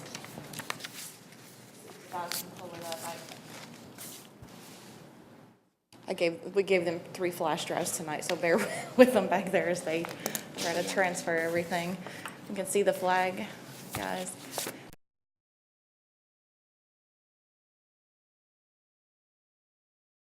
A citizen, this beautiful design that we wanted to share tonight. I have not we have not moved forward on the voting process with the students like we had mentioned last time, because we wanted to bring this back and show to everyone tonight and see where you wanted to take it based on this design as well. So just looking for some instruction from the board on that. Do you, in comparison to the other two that you presented last meeting, is that where we're going for the voting on? Right, just what your thoughts are on, do we want to There you move have it forward there. with more of this design or the original? Like I said, the original was something thrown together pretty quickly. This one obviously has had a lot of thought put into every element in the design. And if you want, I can share some more of that was in that email from the citizen. Tom says yes. I will share. This is from an anonymous citizen who I believe wants to remain that way. The design is based on the fact that the colorway is the opposite of what the state flag is. So you've got the blue background with the red stripe on the sides. And we'll show you in a minute how it will look as displayed with the American flag and the state flag, and it looks very nice based on this colorway. They took the center part of our seal to utilize that, created the banner for Fairview, and then included the state name. The 3 stars represent the 3 grand divisions of the state, East, Middle, and West, that are also visible on our state flag. The center one is larger, representing the fact that we are the first district in Williamson County. And the overlay, how many point stars is that? 7? Anyway, the gold star on top represents the Cherokee Nation, which was the largest Indian tribe in this area. So there's been obviously a lot of thought into every element of this flag. The staff loves it. The Roman numerals indicate when the city was incorporated, 1959. So thoughts, comments, questions on this? I think it's beautiful. I love the thought that was put into it. There too. Comments? I like everything about it except the Roman numerals. And I think it ought to stay as, I prefer established 1959, but incorporated 1959. Since the rest of it is more just kind of a block presentation, to me, the Roman numerals look out of place. But whoever did it did a great job. I mean, it's very colorful and it's Different. Guys, can we see it hanging with the other 2 flags too? That file should be on there. Is the difference, because that looks like the star, on my screen, it was showing yellow and red, whereas there it was just showing like a bright yellow and a dark yellow. I think it's just a 2-tone yellow. Okay. Well, mine's vivid yellow, red, so it was different when I looked. I wanted to compare. And I do agree with the numbers versus the Roman numerals. I think having it as the date would be my first choice. Yeah, it took me a minute to figure out what it was, I have to admit. I think the Roman numerals look great, but Yeah. to think that through, Yeah. yes. Oh, challenge. nice. Or you're talking about maybe replacing the star with established? No, Replacing the Roman numerals at the very So that, bottom. but also the star, if you're gonna have established, No, you're just gonna give a date down there? date. I mean, that's what he stated, yes. No, he actually stated put in established or incorporated, but No, not taking away the star. He's asking, do we take away the But star? I think The only thing I would change is the Roman numerals, Right. so the stars are fine with me. but I wouldn't put the word established or incorporated. Or just I put think it- 1959. I think you Just put the date. 1959, everybody knows. Keep it clean. Keep it simple, 1959. The Kismet. Did you have the comparisons of what was presented before? Well, I guess now we would then say, do we want to ask the voting on the 2 different ones versus looking at what we're seeing and saying whether we wanted to share with them or go forward and saying that's what we would like to move forward in getting the flag, which was the original discussion, is picking a design and getting a flag. This, Comments? This looks very color coordinated. The other one, the black or Bland. or whatever would throw it off. But this, I mean, if you put all those 3 on our flagpole, that would look pretty sharp. Did you have a photograph of the other one you had? I do. see you have it in Guys your can hand. put that up here. I have. Just in case the public is not aware of the previous, it was a state seal, very simplistic and clean state seal flag. Put that up there. This one? much There's- like the one put them behind both us at the here. same time if you can. There's two different pages here, and one of them shows colorways and the other one design that we had talked about last meeting.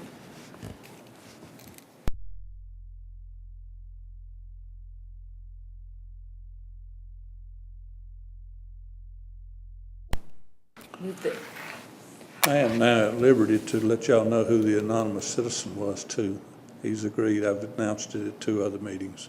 Ron Rowe was the one that wanted to borrow our city flag, and he's actually the one that gave us the idea of going forward with a city flag.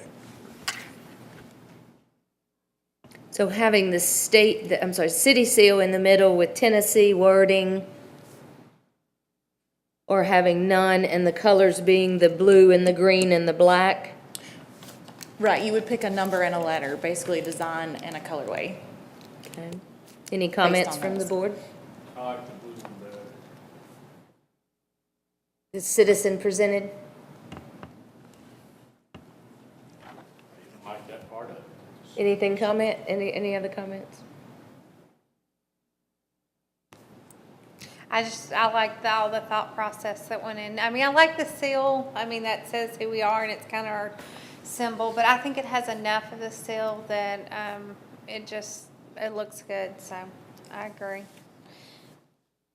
And I think we can always use, as things go forward, I do like the idea of involving the community and even students, but, I'm fine with using this. I think it has a lot of thought. Now, being this is miscellaneous discussions, anybody else want to comment on the flag subject? I like the new design, looks good. I as well. It's very color coordinated, and all 3 flags would go together. So I guess at this point, I'll ask, does anyone want to continue in the search or looking or inquiring, or do we want to have that on the agenda for approval, or is that necessary? I don't think it's necessary. Just do it. Okay. Is anything necessary in legality in picking a flag for the city? There's no legal requirement that you have to pass a resolution or an ordinance. Just We wouldn't have to have any kind of registration or anything on that design or pattern. a patent? Not a patent, a registration. of Trademark. some type. Trademark. Oh, not unless you're concerned that somebody's going to steal your design and use it. That's fine, I just asked, that was just a No, simple question. because those colors are in the general flow of society so long that unless you're going to go into the business of selling it, I mean, well, you could still sell yours, somebody else start producing it. Okay, I would go patent it and then, I believe we hear a consensus of the citizen-presented flag being acceptable and something to move forward for staff to have that take place. And we wanted just 1959 at the bottom, right? That's it? Okay. Any other comments on that subject? Now we're at staff, well, actually, we'll go back up to city manager if you have something else to say. Yes, if any of the questions for any of the directors on their report, if y'all have any, if not, we'll move along to, I think it's your turn, I think, isn't it, Tom? Staff comments? Okay. Thank you, sir.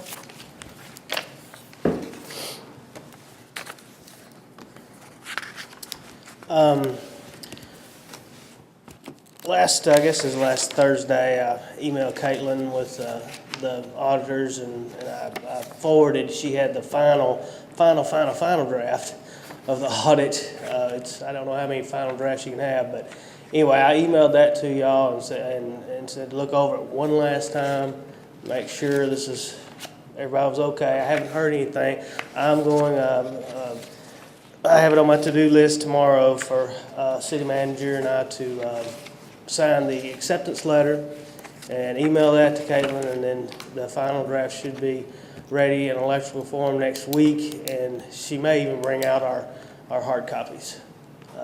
So unless there's anything you guys have, I did not, I'm fine with it, and I think Mr. Hall's fine with it, and just wanted to make sure. Commissioner Carroll? The only thing I wanted to state and go back to the audit is there was mention about credit card receipts and not having or not having receipts. So I just wanted to take this opportunity to mention that we need to probably put a policy procedure in place if there's not, because there's no reason we shouldn't have a receipt. And like at my workplace where I work, I would be written up if I did not bring back a receipt. So I don't know who or what, and maybe that can be something we can discuss, but I just would like to know that moving forward that we do something, have something in place, because it's really unacceptable not to have a receipt, and most places wouldn't, but I mean, like I said, I'd be written up. So I would just like to make that comment. But as far as the audit and everything you sent looks acceptable. And Yes, ma'am. I believe I saw an email, and I don't remember the exact numbers, but Caitlin did respond on the exact receipts, and I believe it was 5. Do you remember? There were 5 receipts that didn't, 5 charges that didn't have receipts. 3 of the 5 were performed by employees that were no longer here. And they were, none of them were extremely sizable. I think the largest one was for a training class, and it was like $900, but most of them were $200, that sort of thing. So I think the total, Donna, do you remember the total was less than $2,000? Less than $2,000, but 3 of the 5 were done by people that no longer here. So the other 2 were clearly, not for personal use, they were for training classes and stuff. yeah, I'd just like to make a recommendation. If there's not a credit card use policy, that we put one in place this year for we don't see, I know things happen, I'm not saying that, but there needs to be some kind of policy in place where we prevent things happen. Like we have to have ours turned in within so many days. We have to have, the documentation sent to, so just something, if it's not there, that would be a good direction to move forward to prevent that from happening again. Excuse me. Go ahead. That is going to be part of our policy and procedure manual that we'll be making changes in. I think we're on schedule to start that in January.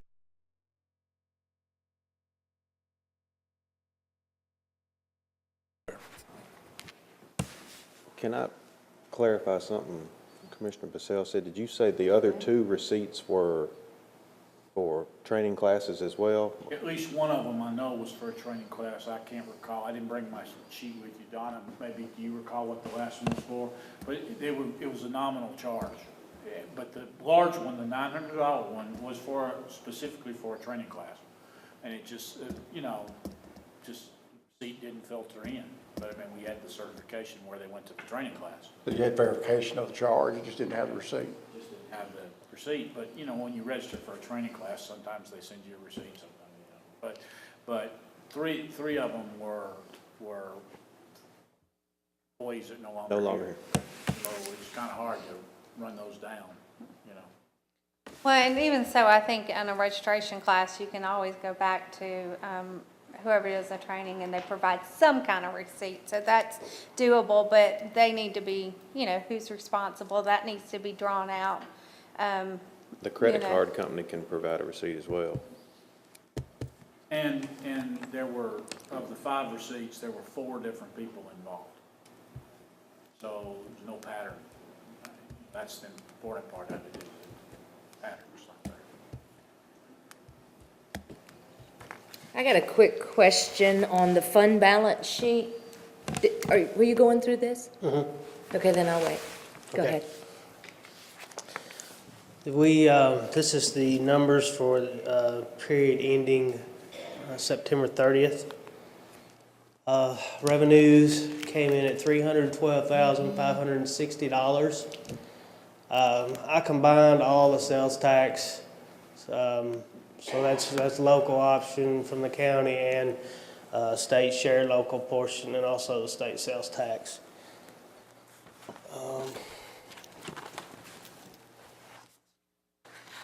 And it came to almost $193,000 out of the 312.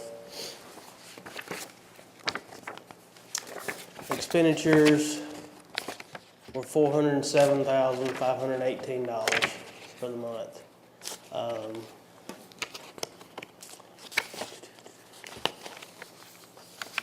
We had some transportation equipment purchased this month that, Did you skip the fund balance? That was before the graphics. Different order. Is it in a different order? I'm not sure what we're talking about. You're on the graphs. She wants, what, this page? If it's in your presentation, I'll wait patiently. It's not. Ask your question. Do you have the, I thought it was all in your presentation, so I thought we'd discuss it. We talking this? Yes, sir. And just a point of clarification, you've got on the park, street aid, school facility, and tree bank, the balances, and then you have the 606, 586, 587. Those four numbers add up to 918,441. So minus the unassigned is your 606, 587. How is that being, where is the breakdown of where that money is being put back into unassigned? More money was taken out of unassigned this month. There's not been any revenue to put back into unassigned. And as that's of your yet. operating account? Yes, ma'am. Okay, go on, I'll ask another question later. Thank you. This is our projected revenue for, August is still up there, but these are the right numbers. We projected revenue to come in at $337,465, came in at $312,560, which is $24,905 under projections. But year for date, we have projected $1,049,189 to come in, and $1,050,480 has come in. So we are above projections year to date, $1,291. And there it is again. Let's see, this should have September again up top.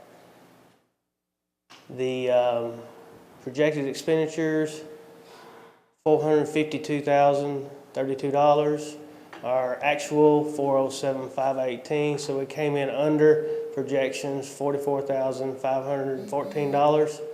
Year to date, we've projected $1,328,683.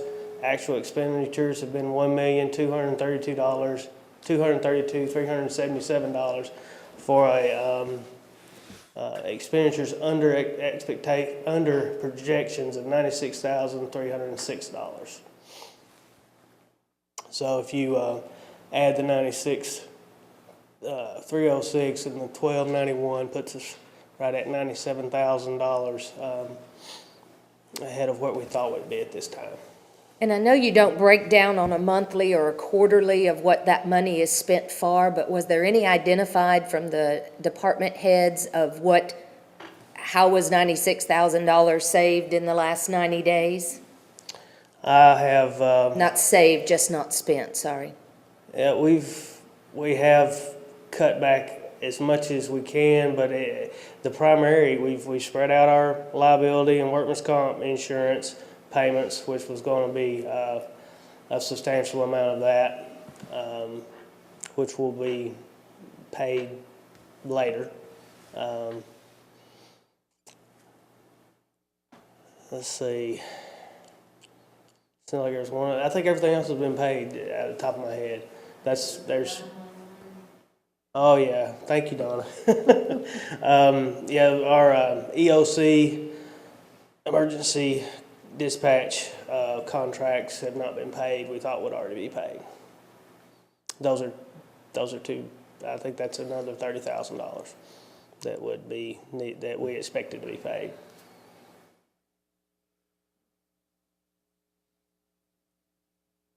Okay, thank you. On our, these are our breakdown of our revenues.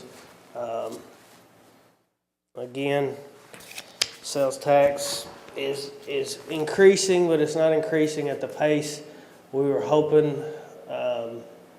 We had projected 100 and, well, we came in under projections about $4,000 to $5,000 this month, what we thought we'd bring in. For the month, for the year to date, we brought in $575,727 in sales tax revenue, a little over half of our total. On expenditures,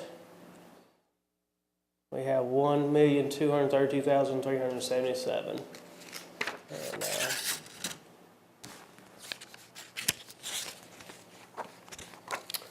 as far as dollar per dollar, our revenues, we have spent $181,897 more than we have brought in so far for this fiscal year.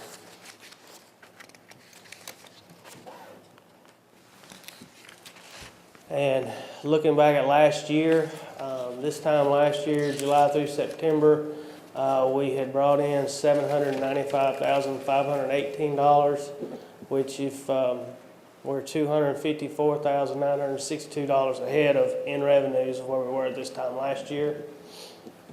State that again, how much?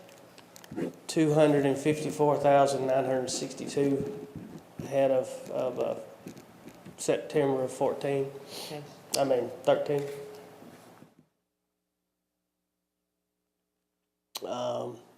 Expenditures, we are $137,711 less in expenditures this year than we were this time last year. And that's the numbers.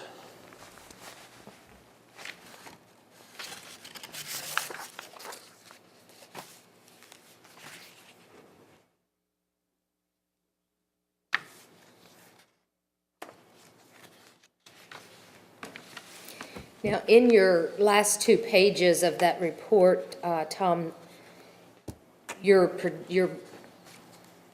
comparing one budget versus the next budget. Could you compare the actuals versus the budgeted, and it be a little bit? Our projections are the budget. It's just we tried to time out instead of putting our budget the same number across 12 months, we tried to put it time when we thought the payments would be made. So when you see the word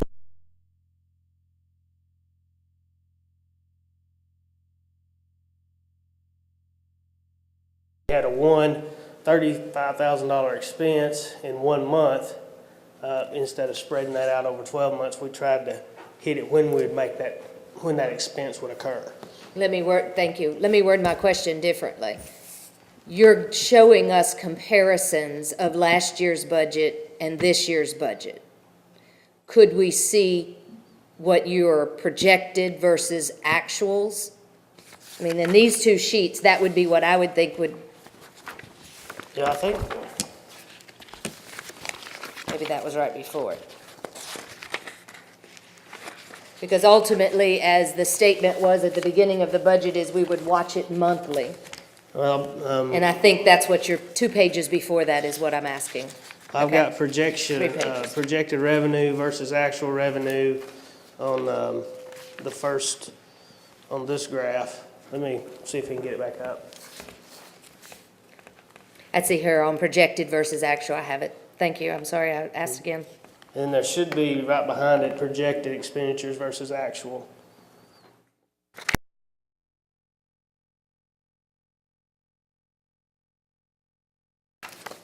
I don't disagree in comparing the double budgets or the versus budgets.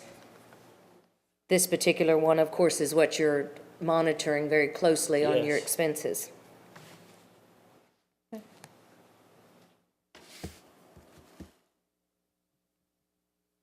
And it has September on it. Does it? Good. Yes, sir. I don't know how that happened.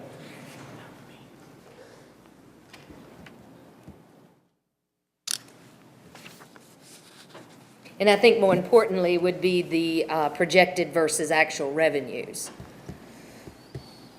Because at that point, monitoring the revenues over and above the expenditures, because the expenditures definitely need to be watched, that's not a question, but monitoring the revenues. And I do recall a conversation with our previous CFO of how did it project, how did the actuals work with the revenues? And we're so focused on expenditures, that wasn't necessarily the priority, and to me, that would be backwards. Watching the revenue is as important as the expenses. I would think all would agree. I agree. And your revenues are down, if you had a quarterly, did you base this on a quarterly? I know you have August on that other top one, but That should be September. I've got the month and then the year-to-date. So that would be a quarterly number, that year-to-date. If you do July, August, and September, that year-to-date is a 3-month number. previous, the board had discussed with CFO to be able to give us quarterly snapshots, knowing that monthly was, not always inaccurate because of payments and such. So in a quarterly report, where would you put, in your numbers, where would you put us under in revenue as a total number? We're over 1,000. Under in revenue. We're over what we projected we would bring in by $1,291 for a quarter. That's 3 months, July, August, and September. And you kept under in expenses. $96,306. Great, going in the right direction. Other questions or comments? Thank you, Tom, appreciate that. Yes, ma'am. Any others? Staff comments this evening?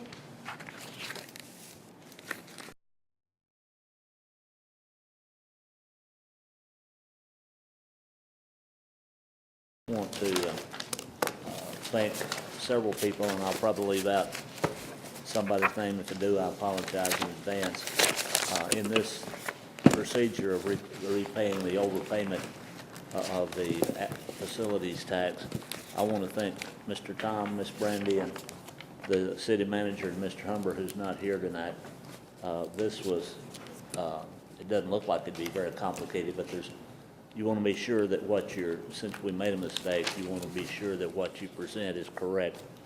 And they were invaluable in me sending something and saying, would you look at this and check, see if my calculations are correct. I was very careful with them, but I like to have somebody check them. Any information I needed was very quickly forthcoming. And in the calling of the letter of credit, Mr. Humber and Ms. Sharon Hall was very helpful to me in getting information to me that had to be gotten together so we could make this call timely. I want to thank the board tonight for allowing us to correct our mistake. It was not a mistake of long standing, but when it was brought to my attention, that's something that you correct quickly. You acknowledge your mistake, you apologize for your mistake, and you get it corrected, and I appreciate the assistance of the board in doing this. And I'll close with something that I've always tried to follow with mistakes. And some of the English in this is incorrect, but something my father used to always tell me, and I think he did it to make an impression, and several years later I still remember it. He said, if you make a mistake, put on your big boy britches and own up to it and get it corrected. Don't let it lay, because it won't get any better. It'll just lay there and fester. And that's what I try to do. I try to spread my mistakes out as much as possible. But when you've got one, you tell the people that you've got a mistake and you correct it.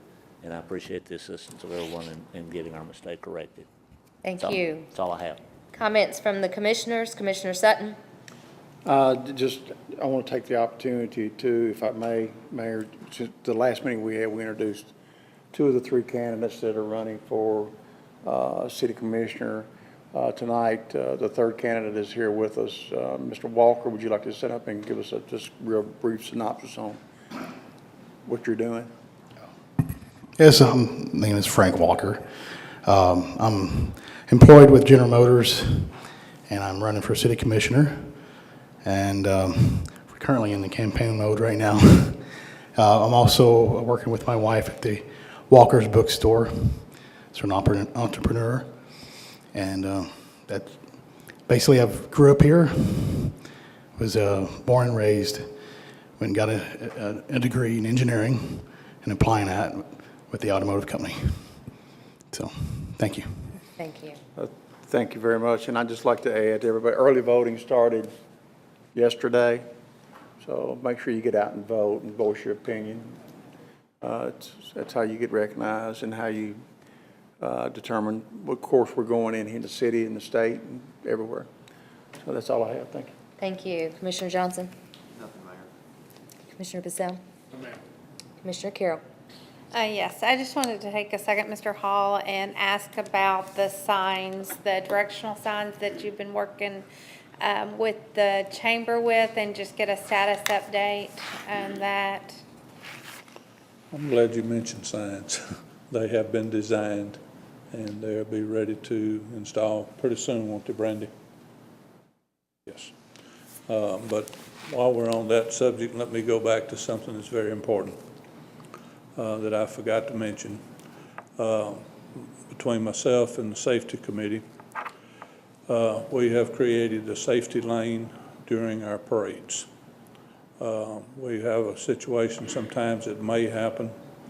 So with the 3 lanes, Chief Harris was concerned that in case of an emergency coming from either 840 or either from Hickman County, and they come through in the middle of the parade, we would probably be in a bad situation trying to get them through. So with the 3 lanes, we're going to cut one off with the orange cones and keep it as a safety lane.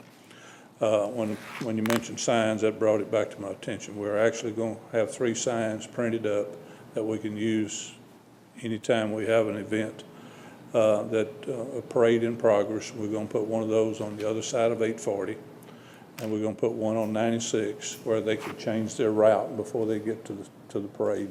Also on 100 on the eastern side. So if they come in, they will at least possibly could turn off on Horn Tavern or something if they want to change their route. So we feel very good about this. It'll be a work in progress, but during the parade, the chamber is involved with that. And also during that same discussion, we're watching our liability policy that they need to furnish with events and everything to make sure we're covered there. So just like to say that that's what we're moving forward with from the Safety Committee. Thank you. Can I ask just one question, if I may? Yeah, that's fine.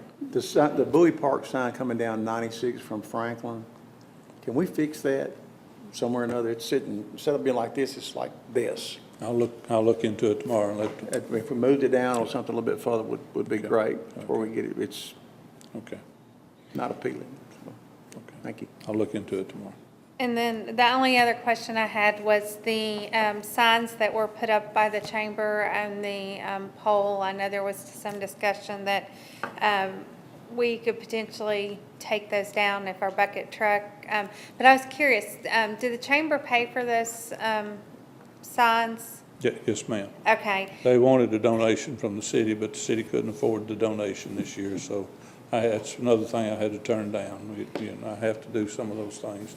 It's hard to do sometimes, but it was, you have to take it on your shoulders and say no sometimes.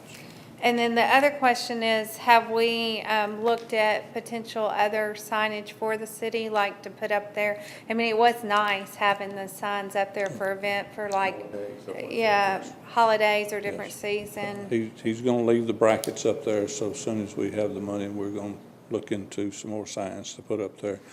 Like to do it through the Christmas season, but I think we're not able to do anything for the Christmas season. But from what I understand, Middle Tennessee Electric is supposed to come along and remove the Nature Fest signs. Thank you. I was just curious. I should have asked you probably that in your report. I just want to thank everybody for coming tonight. And then just please reinforce, go vote. It's your right. There's a lot of things on this ballot, the amendments, I just encourage you to look into them. They're worded tricky, and really do your homework on some of the things on the ballots, and just also do your homework on the candidates. And so I would just like to encourage everybody to go vote, and that'll be it. Thank you. Thank you. I stated last meeting, and I'll state again, as you hear the conversation about the budget restraints, the cash flow restraints, I do encourage anyone that has the ability and the opportunity to pay the taxes as soon as possible. That, of course, just allows the cash flow and the ability for the city to move forward on its budgeted items. So with that, with the question, Ms. Johnson, could you share, have the statements went out for the city of Fairview? No, And the ma'am, status? they have not. We hope to have final proofs tomorrow. Excellent. So you should be seeing those in the mail. But they are available to pay in City Hall. If you'd like to come by, we'll be happy to pull your record for you, and you can pay here. So they're posted online currently? They're currently online, and we have the records in-house, so we can accept payments. So payments are being accepted here at City Hall, and they should be mailed, should be receiving them within the next week? Excellent. Please be on the lookout for that, and as we all ask, as we're all a community, to do our part. And then the second thing in asking of the signs, I'll ask, the lights on Fairview City Center Boulevard. They're in the works.